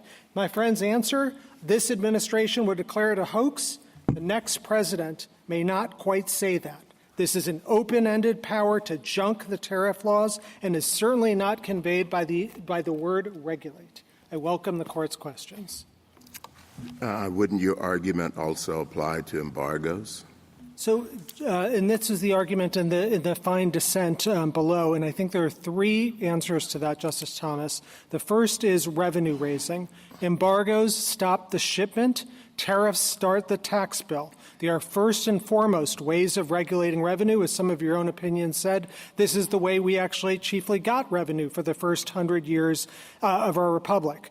Tariffs are constitutionally special because our founders feared revenue raising, unlike embargoes. There was no Boston Embargo Party, but there was certainly a Boston Tea Party. The second thing, textually, in the statute, it's different. Regulate appears in a cluster of verbs, as was said before, investigate, block, nullify, and the like. They describe embargo-like controls, prevent and prohibit, for example. But they don't describe revenue exactions. That's Justice Kagan's point. The one verb that's missing here is anything about raising revenue whatsoever. Another point, congressional displacement. Today, there is a whole host of statutes in the tariff architecture of Title 19, which both expressly confer the power to tariff and always impose clear limits. Embargoes by the president, embargoes don't have any of that. They don't set aside that whole thing. If you look at the Learning Resources brief at page 5, it goes through these statutes in detail. Section 122 expressly says duties and then limits it, 15%, 150 days. Section 201, any duty on the imported article, but it requires ITC findings. Section 301, impose duties. That's the language of the statute, but all sorts of procedural restrictions. Section 338, the same. I can go through this, and I could start, by the way, Justice Thomas, with the statutes at the founding, all of which expressly said the word tariff or an equivalent. Let's go back to your non-delegation point. It would seem that if the tariff power cannot be delegated, your argument on non-delegation would also have to apply to embargoes and to quotas. No, Your Honor, because I think tariffs, because they're uniquely revenue-raising, impose special, unique concerns that go back to our founding. And so I don't think that they apply to embargoes. And indeed, the history of this is very, very clear.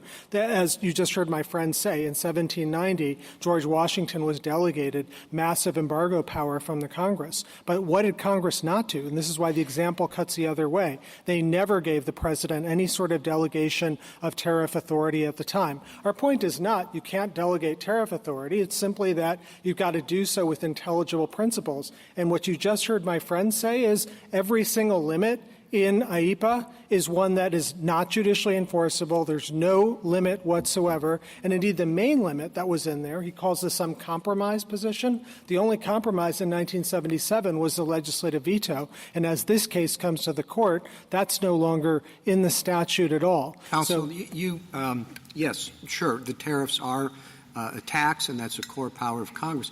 But they're a foreign-facing tax, right? And that foreign affairs is a core power of the executive. And I don't think you can dismiss the consequences. I mean, we didn't stay this case, and one thing is quite clear is that the foreign-facing tariffs have in several situations. Right, and we are. I'm sorry. Oh, sorry. I'm sorry. Were quite effective in achieving a particular objective. So I don't think you can just separate it when you say, well, this is a tax to Congress's power. It implicates very directly the president's foreign affairs power. Yeah. Mr. Chief Justice, we don't disagree with a large part of that. We think instead of thinking about foreign versus domestic, the better way of thinking about it is Article 1 versus Article 2.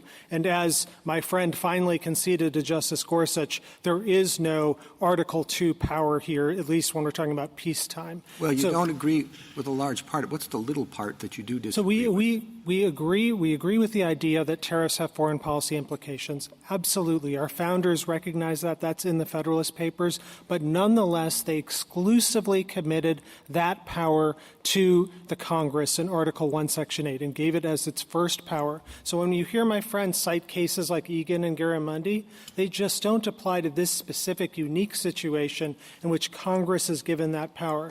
And if you were tempted by this, I think the best place to look is Youngstown, because what Justice Jackson said, and I was surprised that he quoted pages 652, because what Justice Jackson said is, quote, emergency powers tend to kindle emergencies, so it's essential the public may know the extent and limitations of the powers that can be asserted, and persons affected may be informed from the statute of its rights and duties. And Justice Jackson went on to say there that it's notable our founders didn't give the president revenue-raising power even in a time of war. Can I just get a clarification of your answer, which is you agree if the word tariff were in the statute, that would be acceptable and constitutionally permissible, correct? No, it would be it'd be constitutionally permissible. The question would then be, is the open-ended assertion of power here? Because every other I get as applied to this case, but the general point is, yes, Congress,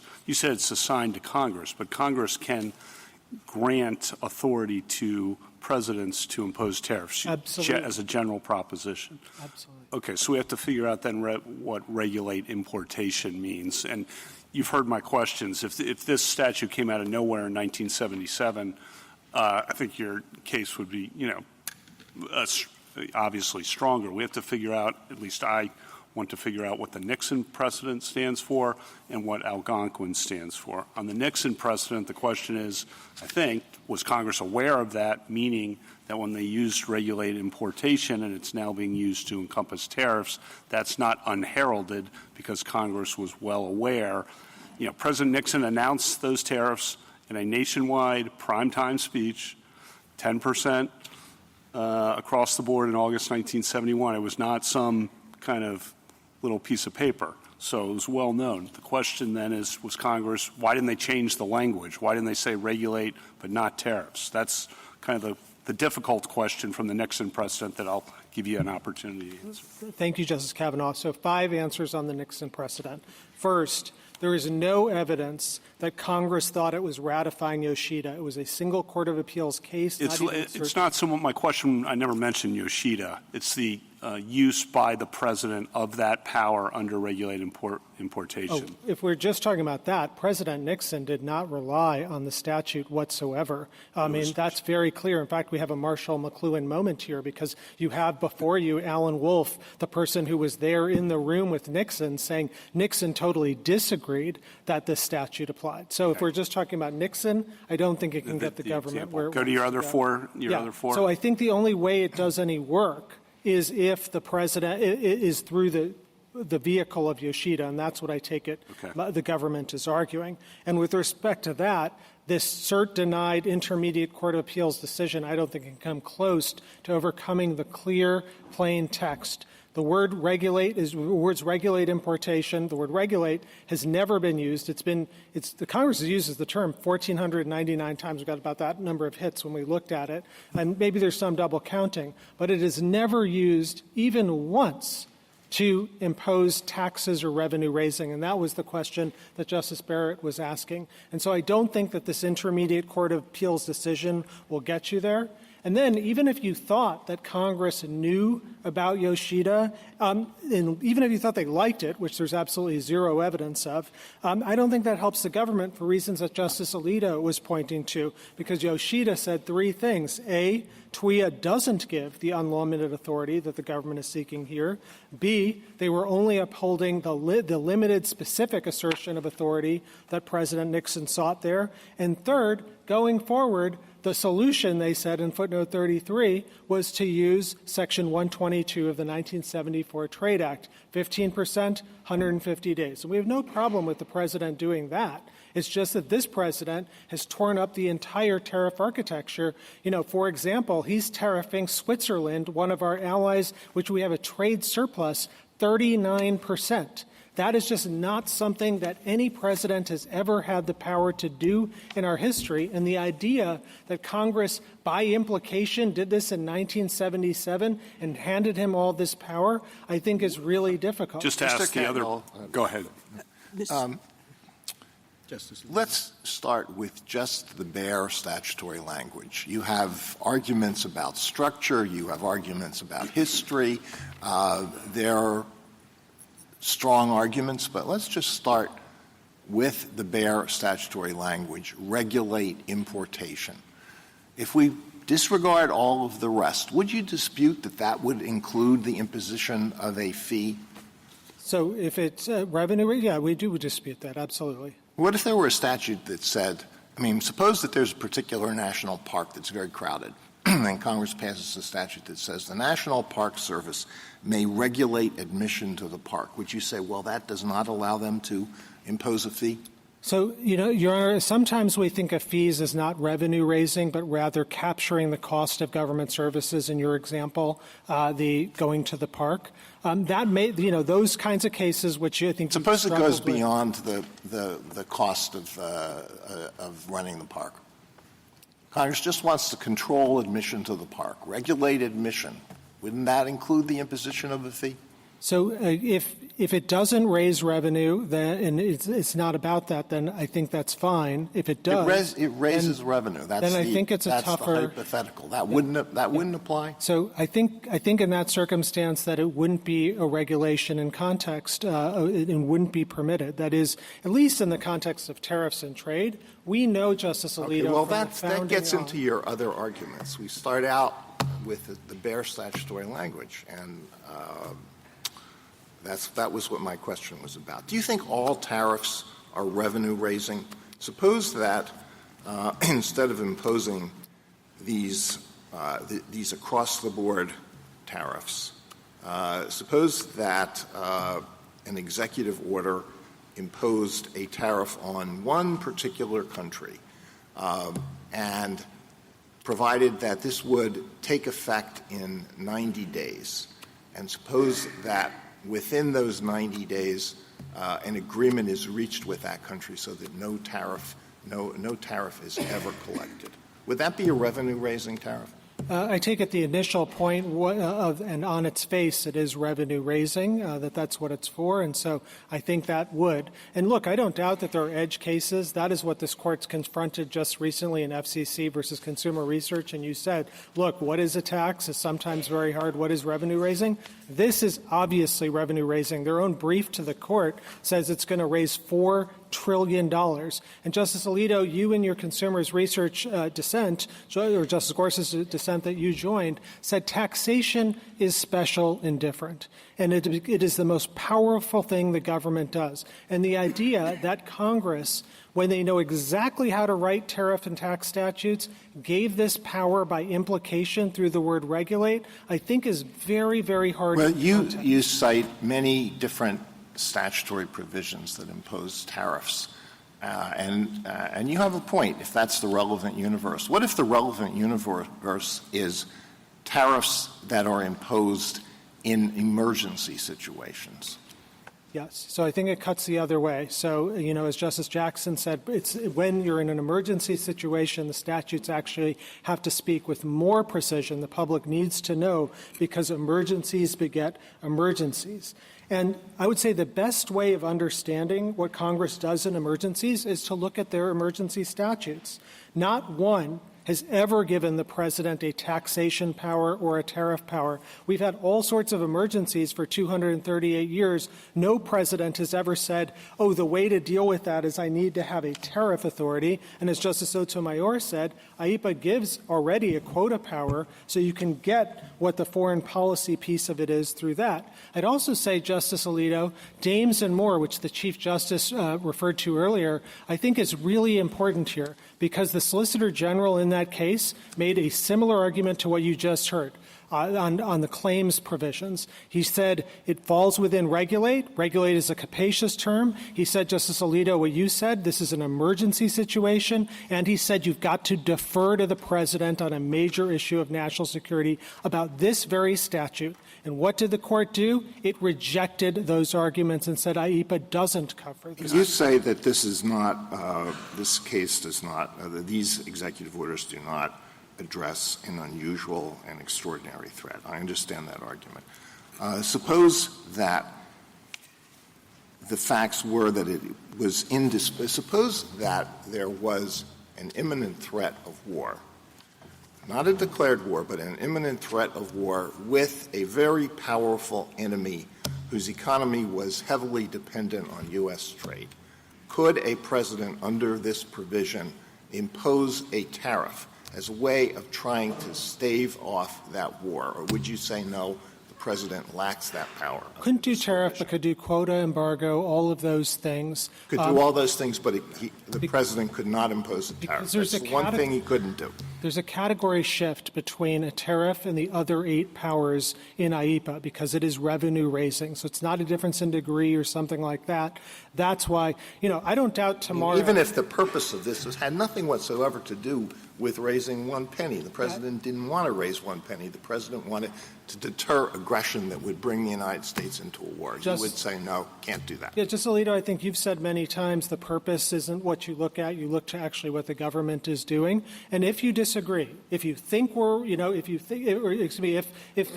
if you ruled for us and the president says, I need this power, he can go across the street to Congress tomorrow and get it by a simple majority through reconciliation.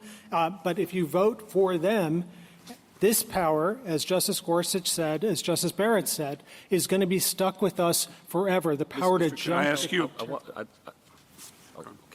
I just wanted to give you a chance to address kind of the other argument that's been submerged here textually. Again, just bare text for a moment, okay?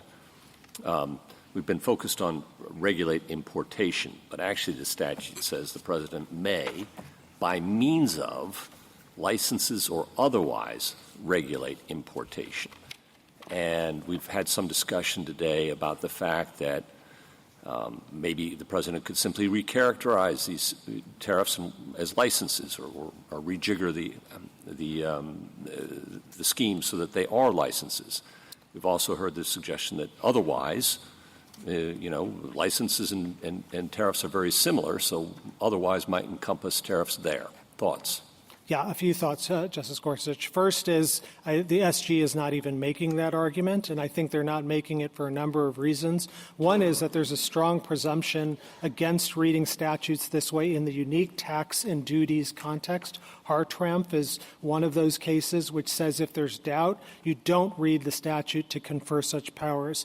Second, if you were to do that, it's open-ended. It allows, and this was your hypothetical, it allows under the word license them to tariff the world, It seems like you're putting a major questions thumb or an interpretive lens thumb on the plain text there. Is that fair? I think you could call it major questions. I just think it's like Justice Barrett said in Nebraska versus Biden, the most natural way of understanding what the statute is about. We're talking about, under the government's reading, a statute that gives the power to the president to junk the entire tariff. I understand that, but you're not disputing licenses or otherwise means what it says. You're saying that we should interpret that narrowly for particular reasons. So I think I am disputing it as well. I think the licenses, and this is something Justice Sotomayor was saying, don't expand the power. They are not verbs. And so it is limited to the 9 verbs there. No, I understand that. And so regulate, I don't think. Thank you. Yeah.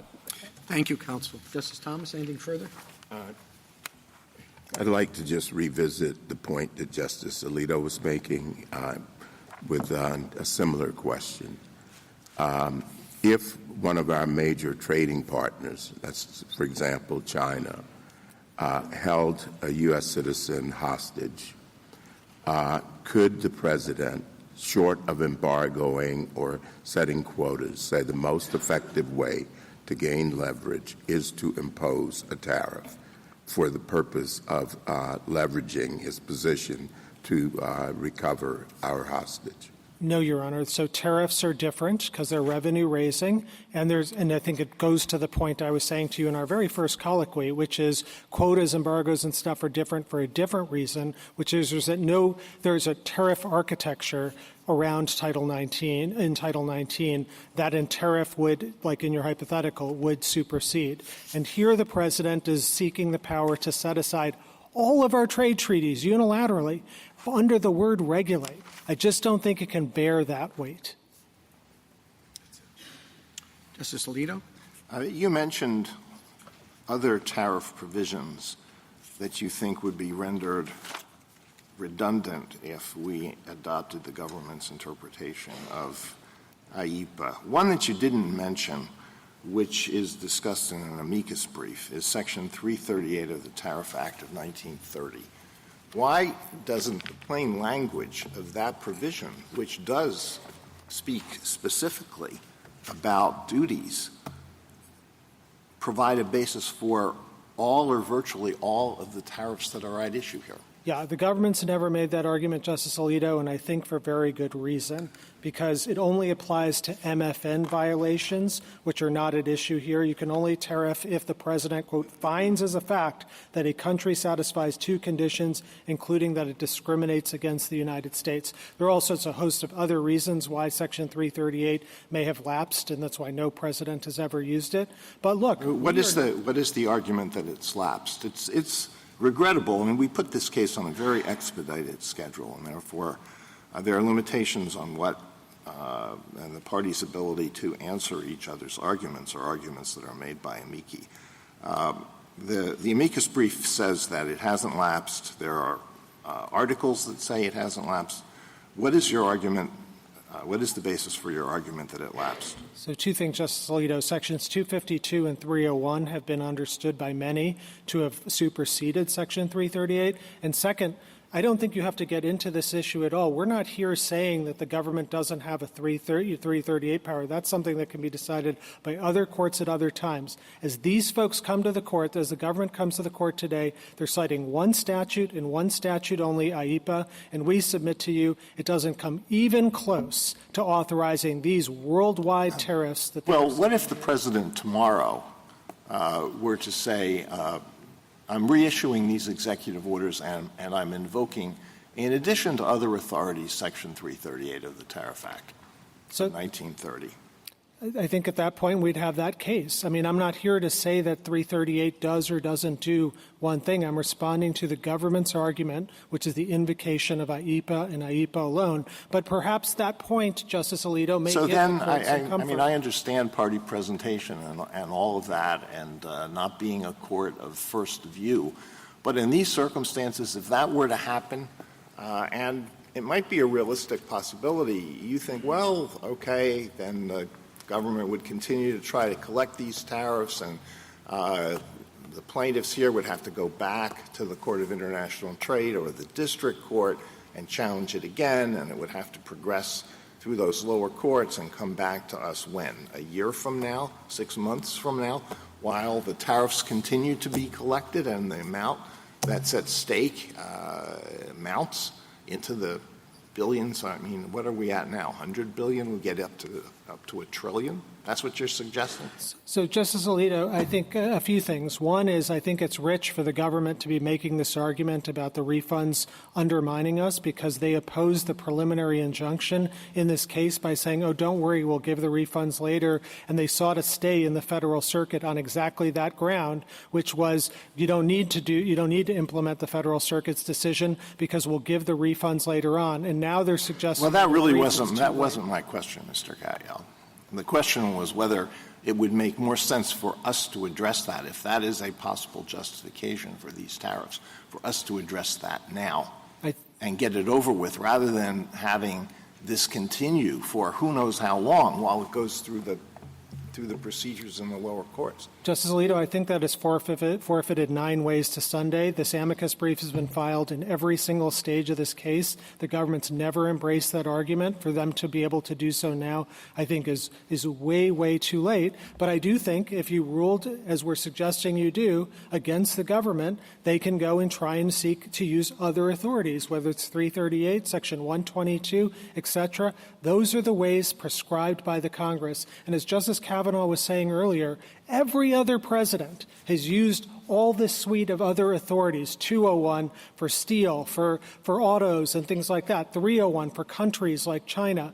This president has come along and said something different, and with all due respect, we don't think IEPA allows him to do this junking of the worldwide tariff architecture. And what was the view, what were the views of President Trump's immediate predecessors on the question of imposing tariffs or allowing free trade? What was their policy view on that question? There's been a variety of different views about that, but, the executive order, my friend said, well, prior presidents had no occasion to use the tariff power, which is belied by the very executive order he's defending here, which says that the trade deficits have been large and persistent every single quarter since 1976. And we've had trade wars. President Reagan initiated different ones and the use of different authorities, but never once did a president try and seek IEEPA as the basis to rewrite the entire tariff code.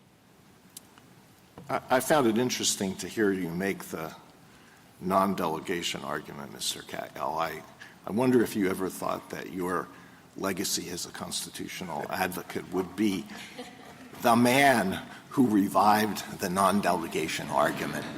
Heck yes, Justice Alito. I think Justice Gorsuch nailed it on the head when saying that when you're dealing with a statute that is this open-ended, unlike anything we've ever seen, to give the president this kind of power, yes, this isn't just delegation running riot. This is delegation that's a legislative application. Wouldn't you agree that statutes that confer on the president real emergency powers are often phrased much more broadly than other statutes? Isn't that the very nature of an emergency? I know you dispute the fact that this is a real emergency. Maybe it's not.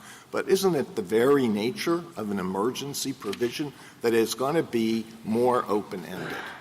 So, Justice Alito, we think it actually cuts the other way, as I was saying earlier. That's what Justice Jackson said. And, you already confronted that in Dames and Moore and said it's not that open-ended, even though it's an emergency. And by the way, other emergency statutes have very serious limits. Section 122 is literally about President Nixon's proclamation of an emergency. That's what it's about, and it's limited 15%, 150 days. And what about the authorization for the use of military force in 2001, which gave the president the power to use all appropriate force? Now, that's pretty open-ended. Would you apply the same non-delegation argument there that you do here? Of course not, because there you have shared powers between the president in Article 1 and Article 2 powers. That's what I was saying. Well, it gets into the question of whether it was delegated or not. What was the scope of the delegation? Absolutely. But there, it's military. There's a whole unique history behind that. But here you're talking about something that is exclusively committed to Congress in Article 1. And there, yes, when you have delegations, I would say, Justice Alito, even when you have delegations in some military cases, in emergency statutes, they have all sorts of limits. So 10 U.S.C. 2808 says that in a declaration of war or a national emergency, the president can, quote, undertake military construction necessary to support emergency use of the armed forces, you very much. but it has limits. Justice Sotomayor? I'm fascinated that the two instances where presidents have used their war powers to impose a tariff, Lincoln and Nixon, that Congress found it necessary to ratify their actions, and that the court in both those cases, the Intermediate Court of Appeals in Nixon and our own court, included that as part of their reasoning, as justifying the use of war power in that situation. So I'm a little concerned why the fact that this act, a domestic act on emergency, that uses a general word like regulate, should take on a war powers meaning when in every other situation, whenever Congress intended domestic taxation, it said tax and regulate. Oh, Justice Sotomayor, I wish I had an hour to talk about this with you, because this argument by the government advanced in their reply brief is wrong, every which way. I'm saying that's your sixth way of differentiating Yoshida, correct? So that was a war powers case. So it's a war powers case. It's about conquered territory. It has nothing to do whatsoever with domestic tariffs. And absolutely, you're right in saying that the way that court, even in those cases, even at the height of the government's power, war powers, they said Congress had to ratify it, and that's what at page 96. And that hasn't happened here. And that has not happened here, not even close. Well, it might not with Congress closed, but they can't even think about it right now. I'm going to assume, and maybe he can shake his head yes or no, that Justice Kavanaugh will ask you to go to Algonquin, which you didn't answer, and he's shaking his head. So I'll let him do that part, okay? Excellent. Algonquin, Your Honor, is, under No, I'll let him do it. Oh, sorry. He can. That was his question, but I want to make sure you get to it. We'll hear from Justice Kagan first. I have one specific question, one more general question. The specific question is, does it matter in the way we think about IEEPA, what Congress thought it was doing in IEEPA, what IEEPA in fact did, that at the time Congress thought it had available to it a legislative veto?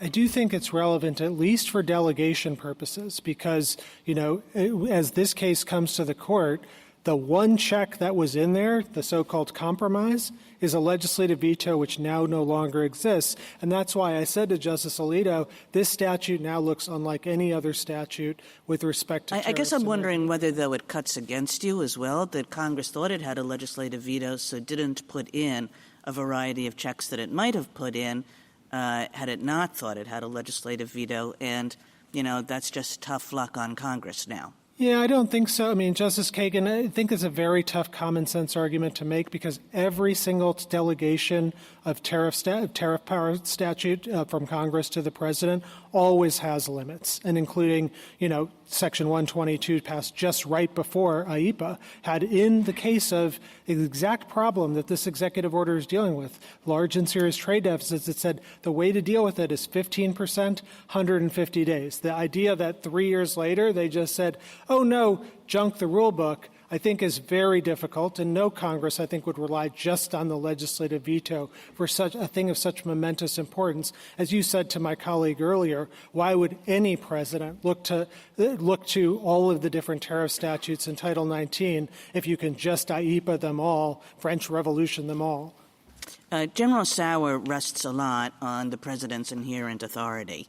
And I want to make sure I understand your answer to the Chief Justice and to Justice Alito as to where you think that authority exists in a way that actually would affect our interpretation of a statute and where you think it doesn't, and why this falls into the second category, given that, in General Sauer's view, this is obviously what the Chief Justice called foreign-facing. Yeah, so it may be foreign-facing, but there is still no Article II power whatsoever. There is no citation whatsoever in the government's brief to any notion that the president has Article II tariff authority. Now, look, I will say in wartime, conquered territory, maybe, but this is not a wartime or conquered territory statute. This is, or a use of the statute. They are tariffing the entire world in peacetime, and they are doing it, asserting a power that no president in our history has ever had. Even Justice Kavanaugh's example of Nixon,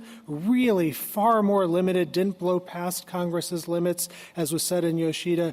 This is a whole different animal. And maybe Congress has that power, as I agree with Justice Gorsuch. I don't think that it does, but boy, they got to say so really clearly. And here, there's nothing like that in the text of IEEPA. Thank you. Justice Gorsuch? Well, I don't know if I agree with what you say, but at any rate, back to the plain language, and just stick with me for a moment.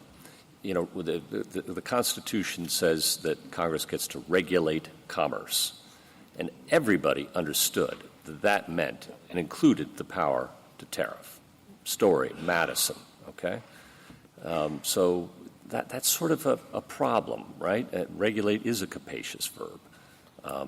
And then you've got the otherwise language as well, which we've sort of discussed. And just on the plain language, forget about the backdrop of major. Do you need major questions to win? I kind of think you might. No, I don't think so. I mean, if we did, I think we'd win for reasons expressed, but I don't think so at all. So, Justice Gorsuch, our position is not that regulate can never mean tax or tariff. Okay. Our brief at page 15 gives you an example. A president may regulate cars coming in to the city, and then if it adds by charging tolls or something like that, absolutely, in context, it does. Here, the context you're referring to, Story and so on, says nothing about this case. That is the constitutional context about Congress's use of power. But it's part of how we understand language is used, and it's relevant for that purpose. And then when you've got licenses, which are economically the same thing as would you agree they're basically economically the same thing as tariffs? Sometimes they can be revenue Okay, so you've got something that's economically identical to a tariff authorized by this statute. So, where does that leave you? So let me, as a matter of plain language? Take the question in two parts. One is about the word regulate, and the other is about licensing. With respect to the word regulate, when it's used in the constitutional sense, it's very different than the sense in IEPA that my friend is asserting. When we're asserting IEPA, we're talking about a statute that is granting the president massive powers. And so the relevant context that I think you look at in asking the question, what did Congress mean in 1977? The best context, the most natural context is, what does Congress say every time they grant the president such a power? And then there's just one other point on this. Constitutions are read totally differently. Story and Madison are talking about the constitutional phrase, and as Chief Justice Marshall said in McCulloch, a constitution we're expounding, the prolixity of a legal code is the opposite of the way you read the Constitution. I do follow that argument. Okay. And what about otherwise? Again, I just really want to make sure I understand. You say that there's a good reason why the Solicitor General didn't make that argument. I'll be curious to see what he has to say about that. But, what's your best reasoning why the otherwise language doesn't Because it's only a mechanism to implement the 9 powers. And that licenses sometimes can be revenue-raising and sometimes not. Yeah. And so if licenses can be revenue-raising and you can do this otherwise through revenue-raising things, why wouldn't that capture tariffs? So because I think, again, our point to you is that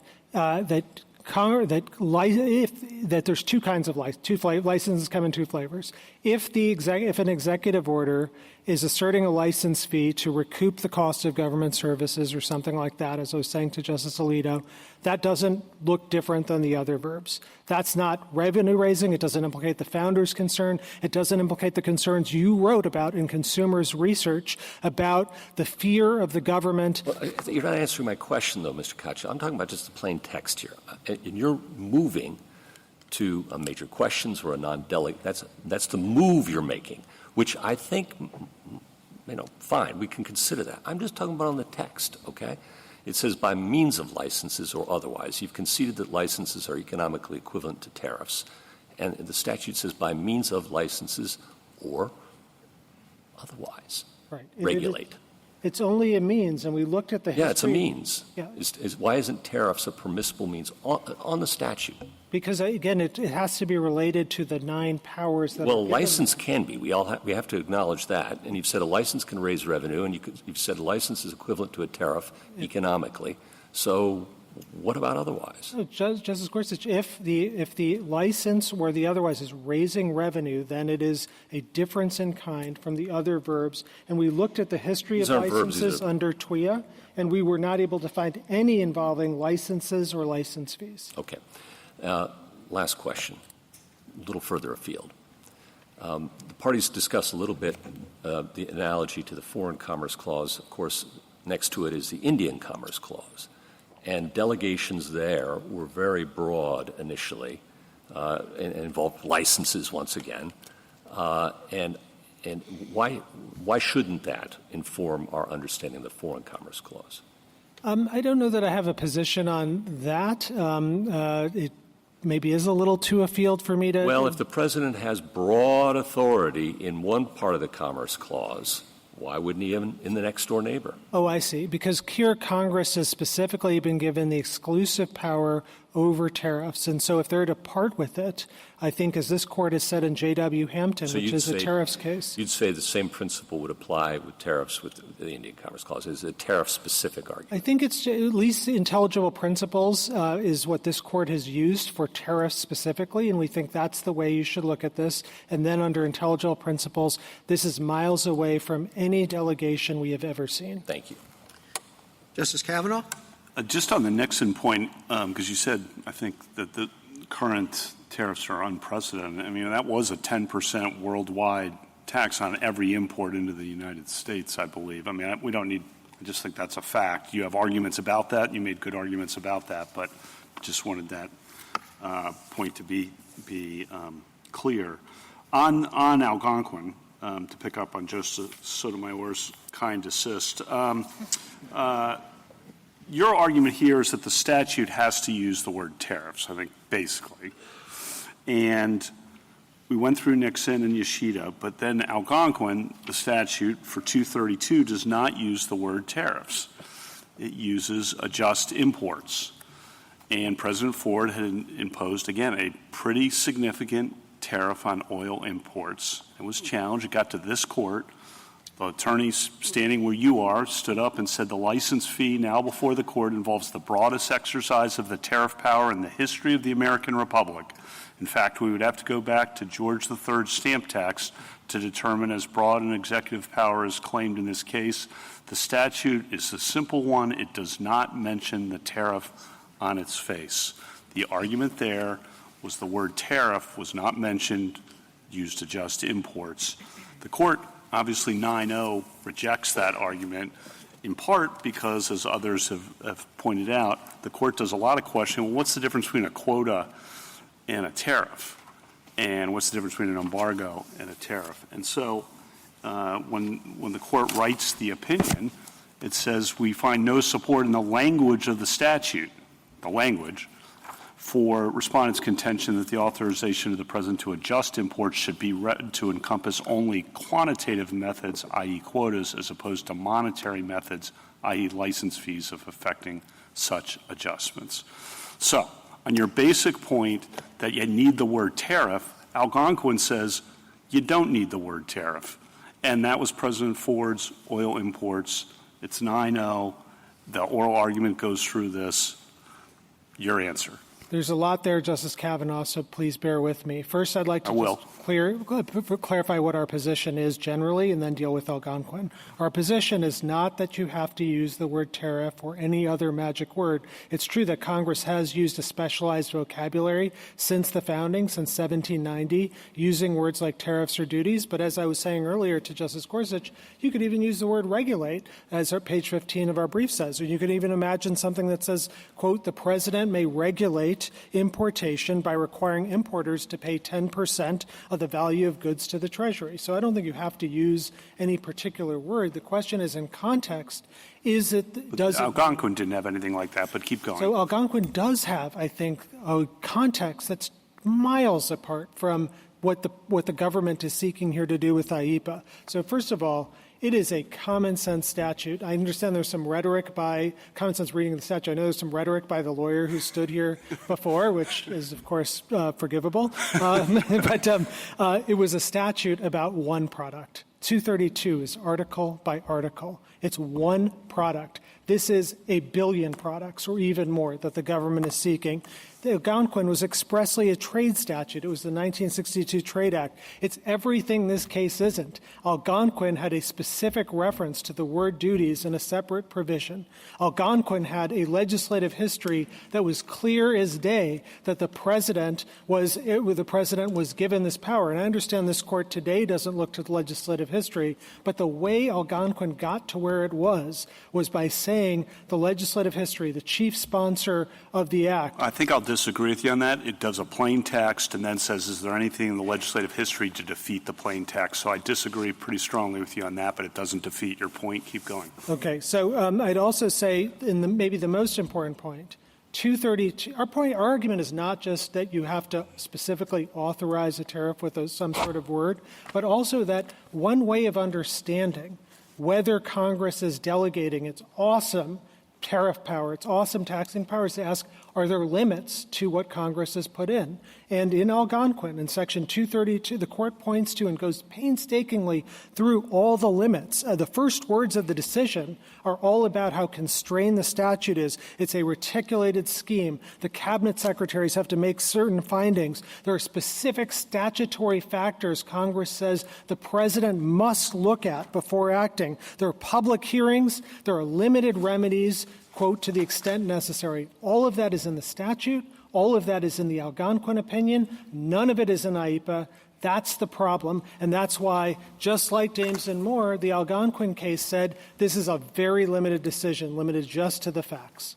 Thank you. Justice Barrett? So this license thing is important to me.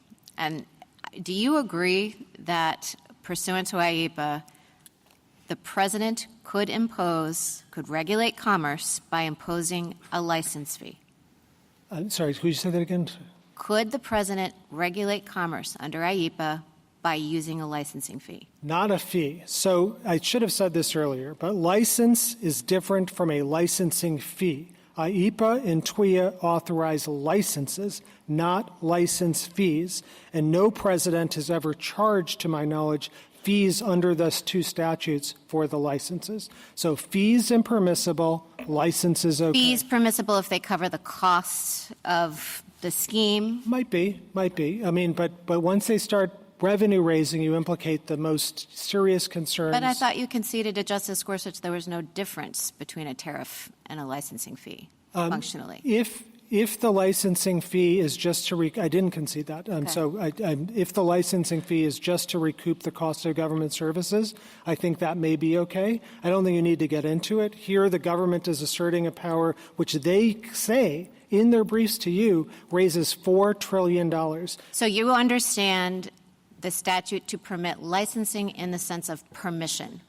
Like, we will not allow you to trade with us. We will not allow your goods to be imported unless we license it. Absolutely. And Justice Barrett, I think just the natural reading, if you're to look at the word licenses and think, wow, Congress smuggled this incredible power to do all of these different things that the government is doing here, 39% taxes on some countries and others, through the word license, that's Can you license exportation? I don't think so, for the reason that, Well, right now, I actually looked into this. I mean, I think you maybe not licensing fees. Exactly. But could you license exportation, like saying we're not going to allow certain products that have national security implications to be exported? Yes. So licensing could be used in that sense, Correct. not as a revenue-raising measure. Yes. Okay. So you went back and forth with Justice Gorsuch about the implications of the president's authority over foreign affairs and whether the major questions doctrine applies. You say that in IEPA, the president's war powers are not implicated, and that was part of the reason why you say that we should think of this differently than some of the historical examples where the commander-in-chief power, war powers, were implicated.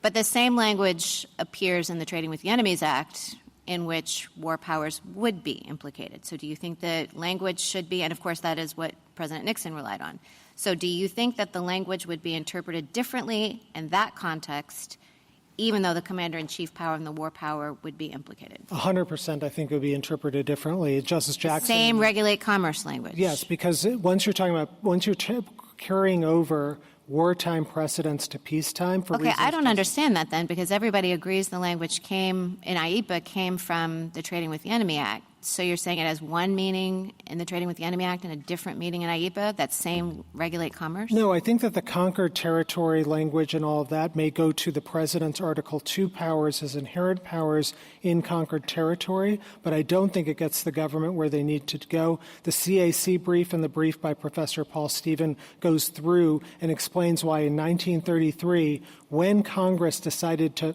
bring these concepts into peacetime, it severed the wartime roots. And there's an extensive legislative history. Okay, I understand that, but I thought that was about maybe I'm just not tracking. I mean, I think there's been some discussion of whether the president would have inherent Article 2 authority in wartime to impose tariffs to this end. Is that what you're talking about? Or are you actually talking about a statute that said regulate importation in wartime?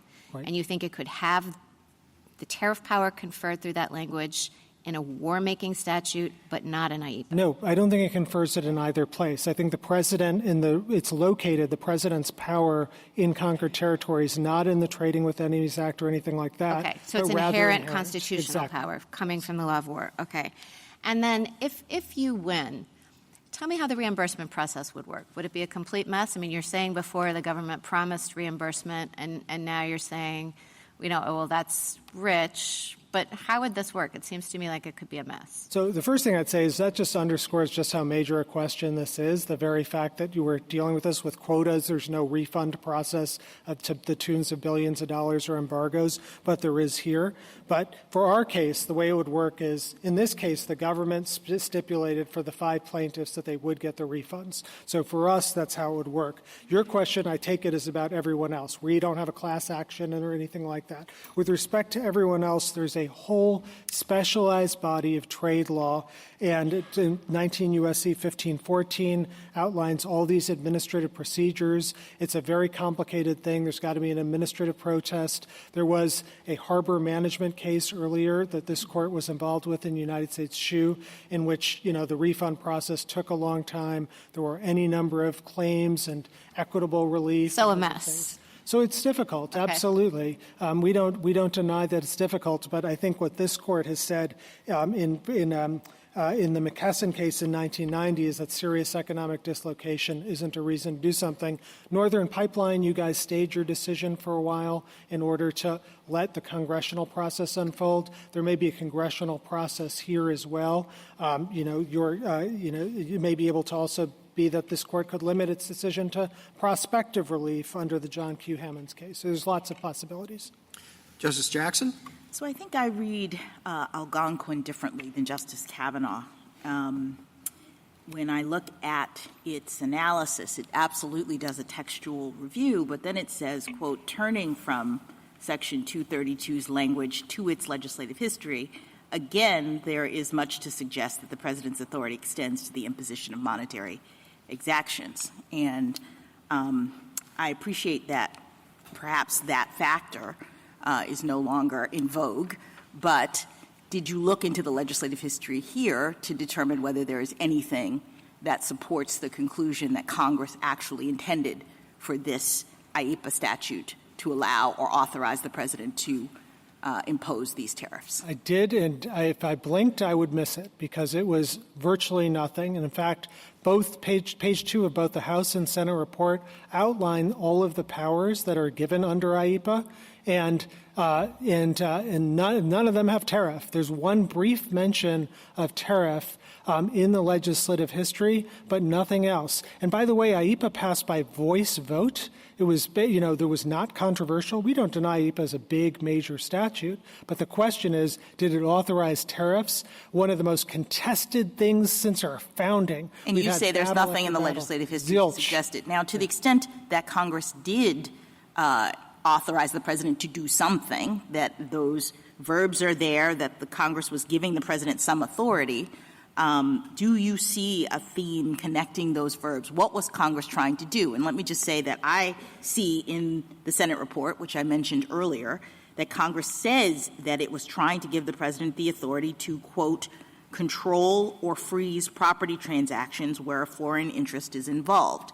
And that seems to dovetail with the verbs that are being used in the statute. But what's your view of what Congress was trying to do with this legislation? That's exactly right. They're responding to all sorts of foreign policy emergencies and foreign threats, and they're giving the president economic sanctions power. So what does the word regulate importation do under that framework? If we understand that Congress was trying to give this kind of embargo authority in the time of an emergency, when it says regulate importation, what was it envisioning? It was envisioning all the things that the president since 1977, going back to Justice Kavanaugh's question, have used it for. So they've used it for quotas, like limitations on the number of goods. They've used it for screening and reporting requirements, like Executive Order 12284 about reporting property of the Shah. And they've used it for standards, like domestic safety standards, environmental standards, labor requirements. They've used it for embargoes. So all of those are things that I think Congress had in mind in IEPA, and I think the proof of this, that it's not this massive statute that allows the government to do anything, is Dames and Moore itself, because this court rejected the idea that regulate includes the claims extinguishment that was at issue in that case. It's a much more limited statute. And Justice Jackson, there was a predecessor, Justice Jackson, who said, that, quote, for all its defects, delays, and inconveniences, men have discovered no technique for long-preserving free government except that the executive be under the law and that the law be made by parliamentary deliberations. Such institutions may be destined to pass away, but it is the duty of this court to be last, not first, to give it up. And I take it my friend's argument on the other side is in deep tension with Youngstown and that canonical principle. Thank you. Thank you, counsel.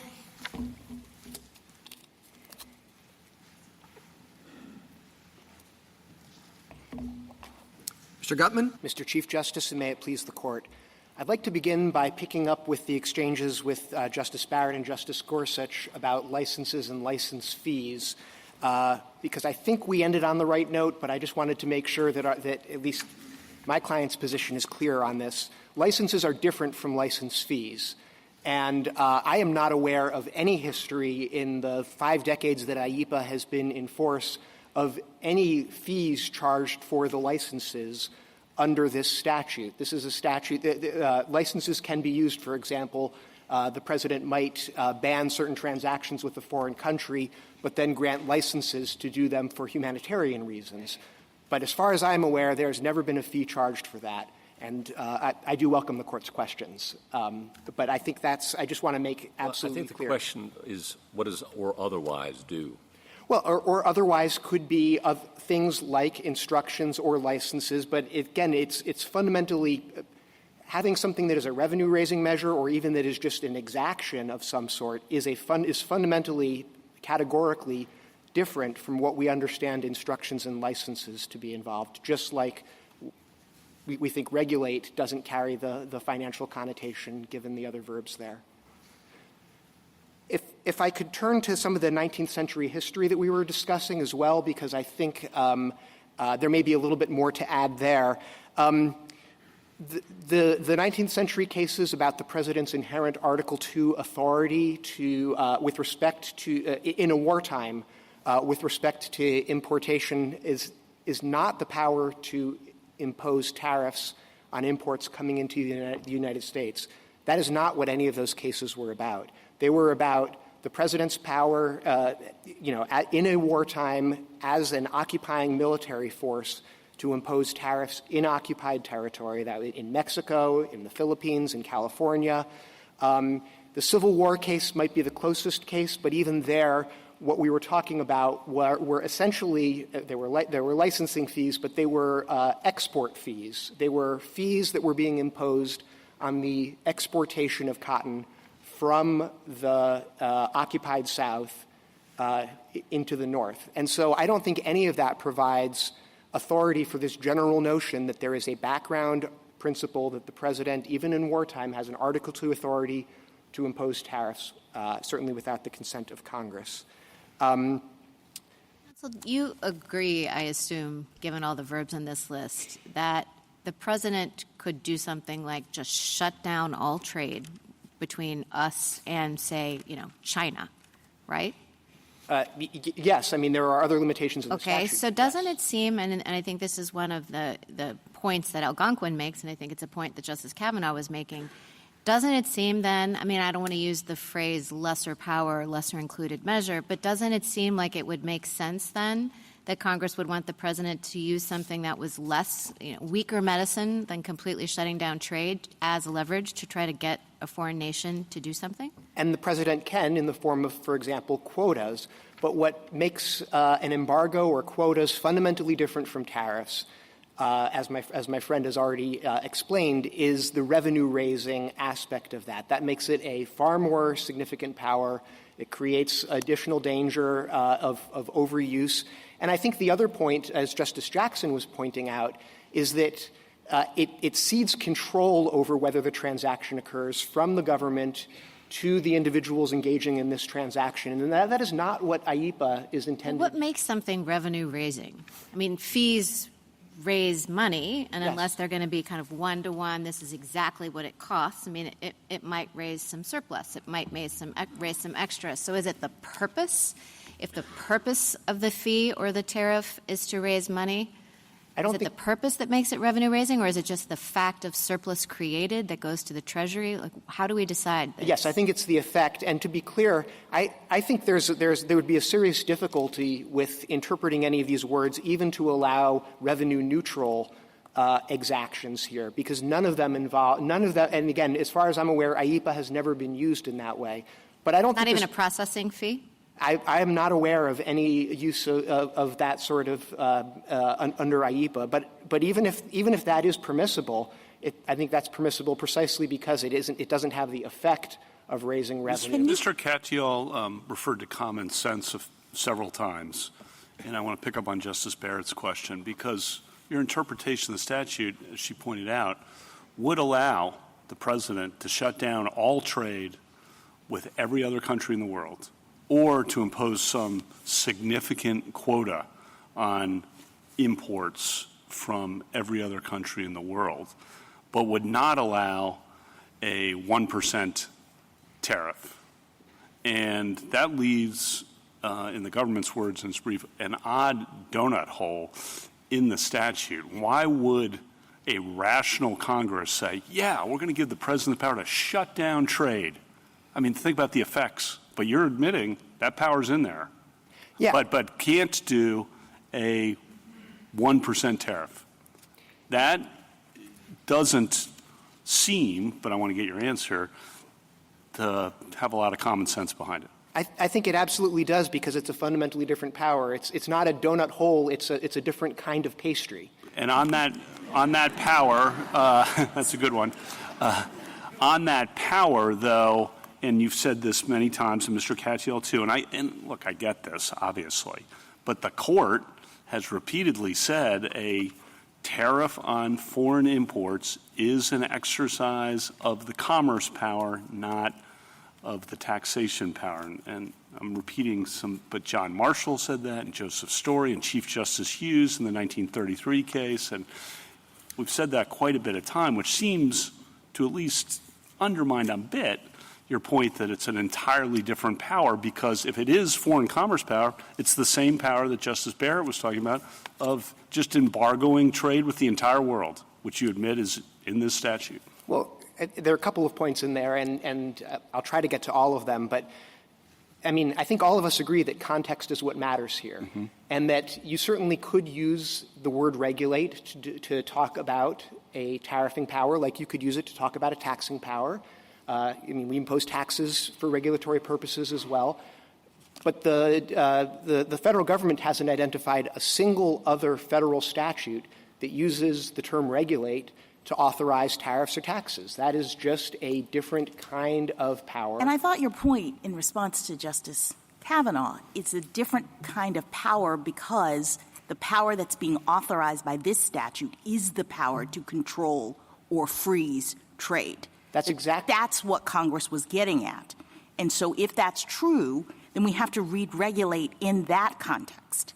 That's exactly right. And I think the reason, getting back to common sense as to why a legislature might authorize that, is that you might not fear abuse of that power in the same way that you would be concerned about abuse of a power to impose unlimited taxes with sort of no controlling principles. Well, why is that? Because, I mean, there is a sort of commonsensical intuition that one is, in Justice Kavanaugh's example, that one is greater and one is lesser. So why is that not right? Because, to be blunt about it, there's nothing – one of them there's something in it for the government and one of them there isn't. Actions that bring in revenue from the pockets of taxpayers to the Treasury pose a different set of concerns. Our framers were very concerned about that. A different set of concerns, how, why? Because they bring in revenue. And because that creates Well, that seems a little tautological. Like, why is it that the revenue raisers are in a different category? Because if there is some sort of international emergency and the appropriate way to deal with it is to make sure that no more than 1,000 of this product comes into this country at a particular time, this statute gives the president the power to ensure that exactly no more than 1,000 come in at this time. Setting a tariff doesn't ensure that only 1,000 will come into this country. It cedes control over whether the transaction occurs. And what it does is it then adds revenue to the Treasury, and that is again something that our framers thought was extremely important and a core Article 1. But Algonquin, I mean, this kind of goes back to Justice Kavanaugh's point. Algonquin rejects the idea that it was impermissible to use the fees, and we can call them, license fees that functioned as tariffs or duties in that case, whatever. But Algonquin said that Congress could use the exaction of money to control quantity. And I hear what you're saying is you can control quantity by numbers by imposing hard limits, but not by money. But that's not what Algonquin said. So I guess. Oh no. Why? Well, and I don't mean to suggest that you can't use exactions to control quantity. What I think Algonquin just shows the importance of context. It might be perfectly natural to read a phrase like "adjust imports" in the context of a statute that talks about tariffs, in the context of the Trade Expansion Act that has all sorts of provisions about tariffs and about the president adjusting tariff rates.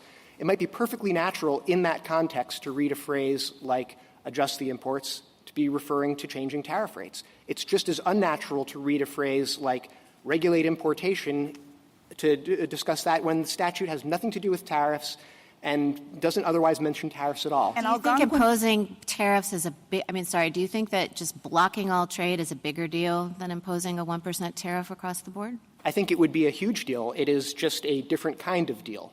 Algonquin was not a constitutional case, right? Correct. It was a statutory interpretation case. Correct. And so the question there was simply, was Congress actually trying to give, or did Congress in that statute give the president the authority to impose these kinds of exactions? And the court looked at the text, and it looked at the legislative history in which there was a number of clues that Congress had actually intended to do that. Yes, right? Yes, and it looked not just at the text of those specific words, but also the context of what else was in the statute and the fact that some of the factors that the president was supposed to be considering. Keep going. And it would make perfect sense, I think, in a time of emergency for many of the reasons that General Sauer pointed out, that Congress would want the president to have the kind of authority that is imposed when you are embargoing things, when you are stopping the trade, when you are saying, for emergency reasons, we're not letting any of this product come in. I mean, sure, that's a big deal, but the nature of it makes sense in terms of an emergency.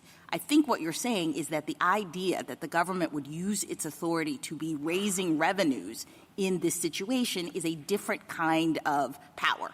Exactly. This is a statute about giving the president control over assets, over transactions, over access to banking. And tariffs don't do that. You said something about exactly tariffs, in fact, cede control over those sorts of things. So they sort of undermine the goals and the purposes of this kind of statute. Is that right? Yes, that's exactly right. From what you've said, go ahead. From what you've said, it seems, and you said this, that the reason for drawing a distinction between tariffs and an embargo is the suspicion that tariffs will be used to raise money and therefore to circumvent Congress's power to control taxes. So it's a question of the risk that's involved. Am I right? Yes. That's what it boils down to. Yes. Well, and it's a question of understanding what Congress would have thought what powers Congress would have thought it was conferring. Would Congress have understood the phrase regulated? Well, I mean, the question is, why would Congress say you can impose a quota, you can impose a ban, but you can't impose a tariff? And your answer, I gather, is because when a tariff is imposed, we're suspect about what's going on. We're suspicious about what's going on. We think that what the government is what the executive is trying to do is to raise revenue, and that's our business, right? That's what it has to be. Yes, and we know that every other time that Congress has authorized the president. That's it. You're getting into a different argument. Then would you say the same thing if the measure is really about an emergency, an undisputed emergency and a really dire emergency? Yes. Would you have the same suspicion? Yes, absolutely. And again, I'll refer back to Justice Jackson's concurrence in Youngstown that emergency powers tend to breed emergencies. Look, Biden versus Nebraska, I think, says very clearly. I really don't think you're answering the question. The question is, would you have the same suspicion when it is perfectly apparent from context that what the president is trying to do is to achieve a goal other than the raising of money?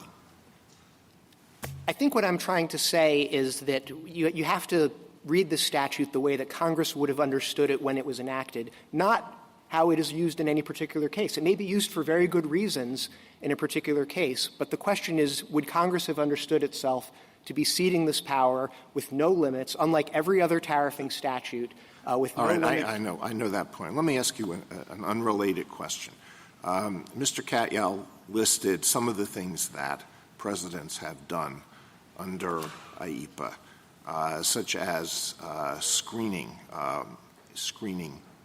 imports.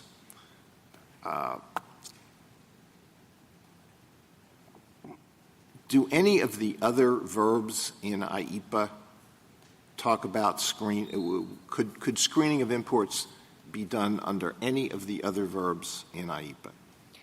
I think maybe, but it would have been which one? Prevent. And so I think the question would be, screening is preventing? Well, I think it depends what you're screening for. But if you were okay, how about imposing domestic requirements that are needed to safeguard domestic safety? Any other provision besides regulate? Any other verb besides regulate that would? Well, again, I think if we're talking about potentially blocking some property from coming into this country because of safety concern, it might be that prevent would have gotten you there. What I think regulate does is it clarifies and amplifies that you don't just, it can be nuanced in that way. It can say we will let this come in if it has certain safety requirements, if certain features have been disabled, something like that. And I think regulate harmonizes with prevent, investigate during the pendency, block during the pendency of an investigation, those sorts of verbs. On the context point, the context of this statute, what Congress would have understood, it's an emergency statute. And presumably Congress wants to give the president tools to respond to the emergency in an appropriate way. And it seems odd to imagine a meeting in the Oval Office where the president's told, well, we have a problem with, I won't name a country, but country X, and you can stop all trade with that country. I mean, I'm not sure that's a, wise policy to give that much, but it's there, right? You agree it's in this statute. But and the president says, well, that's too extreme. I want to calibrate my response to deal with this, and maybe a tariff of some kind. Like, oh, you can't do that. So you're forcing the president to respond to an emergency. And, Justice Alito's raised the point about, a real emergency. And you're taking away the president's suite of tools when the one is much more extreme that is authorized. That just seems a bit unusual. Think about India right now, the tariff on India, right? That's designed to help settle the Russia-Ukraine war, as I understand it. Don't pretend to be an expert. But if that's gone, that's a tool that's designed, talk about foreign-facing, the most serious crisis in the world. And that's out the window. So I just think it's just contextually emergency. It's just a bit unusual to read it that way. But I take your response. Taxation's different, and you got to stick with that line. No, and I don't think it's just that. Because I do think it's that, but it's also that there are a range of tools that are more calibrated that the president can do. It doesn't have to be a complete embargo. It could be limits on particular kinds of products. It could be quantity. I get it, quality but in the limits. history of trade efforts to respond and push back, you're taking one away. And the president, and there are many other statutes that might apply depending on the exact circumstances, 201, 301, 232. Counsel, I think what we're forgetting here is a very fundamental point, which is the Constitution is structured so that if I'm going to be asked to pay for something as a citizen, that it's through a bill that is generated through Congress and the president has the power to veto it or not. But I'm not going to be taxed unless both houses, the executive and the legislature, have made that choice, correct? That's exactly right. So there is something, it's not just the taxing power, qua taxing power. The question is, do we permit the president to use the taxing power to affect his personal choices of what is good policy for me to pay for? That's exactly right. The question is who decides. Who decides and under what circumstances? Now, with respect to this, I mean, I'm not even going to the pretext argument, okay? But the president threatened to impose a 10% tax on Canada for an ad it ran on tariffs during the World Series. He imposed a 40% tax on Brazil because its Supreme Court permitted the prosecution of one of its former presidents for criminal activity. The point is, those may be good policies, but does a statute that gives, without limit, the power to a president to impose this kind of tax, does it require more than the word regulate? Exactly. That's your point. Yes. Thank you, counsel. Did Mr. Katyal say anything this morning with which you disagree? No, I think we cleared up any maybe potential disagreement about licensing fees, but I think we all agree on that. Okay. Justice Thomas? Anything further? Justice King? Briefly. Justice Gorsuch? Chief. So I just want to follow up on Justice Sotomayor's question at the end of a long afternoon. It does seem to me, and tell me if I'm wrong, that a really key part of the context here, if not the dispositive one for you, is the constitutional assignment of the taxing power to Congress. The power to reach into the pockets of the American people is just different, and it's been different since the founding and the Navigation Acts that were part of the spark of the American Revolution, where Parliament asserted the power to tax to regulate commerce. Some of those were revenue-raising. Some of them didn't raise a lot of revenue. We had a lot of pirates in America at the time. And Americans thought even Parliament couldn't do that had to be done locally through our elected representatives. Isn't that really the major questions, non-delegation, whatever you want to describe it, isn't that what's really animating your argument today? I think it's a huge piece of what's animating our argument. Thank you. Ms. Kavanaugh? Mrs. Jackson? Can I just invite you briefly to address your kind of second-tier arguments? Assuming that the president can impose these sorts of tariffs, why do you think, for example, that the trafficking tariff here does not deal with the drug trafficking emergency for the purpose of this analysis? So it doesn't deal with it because it's not a sanction imposed against traffickers.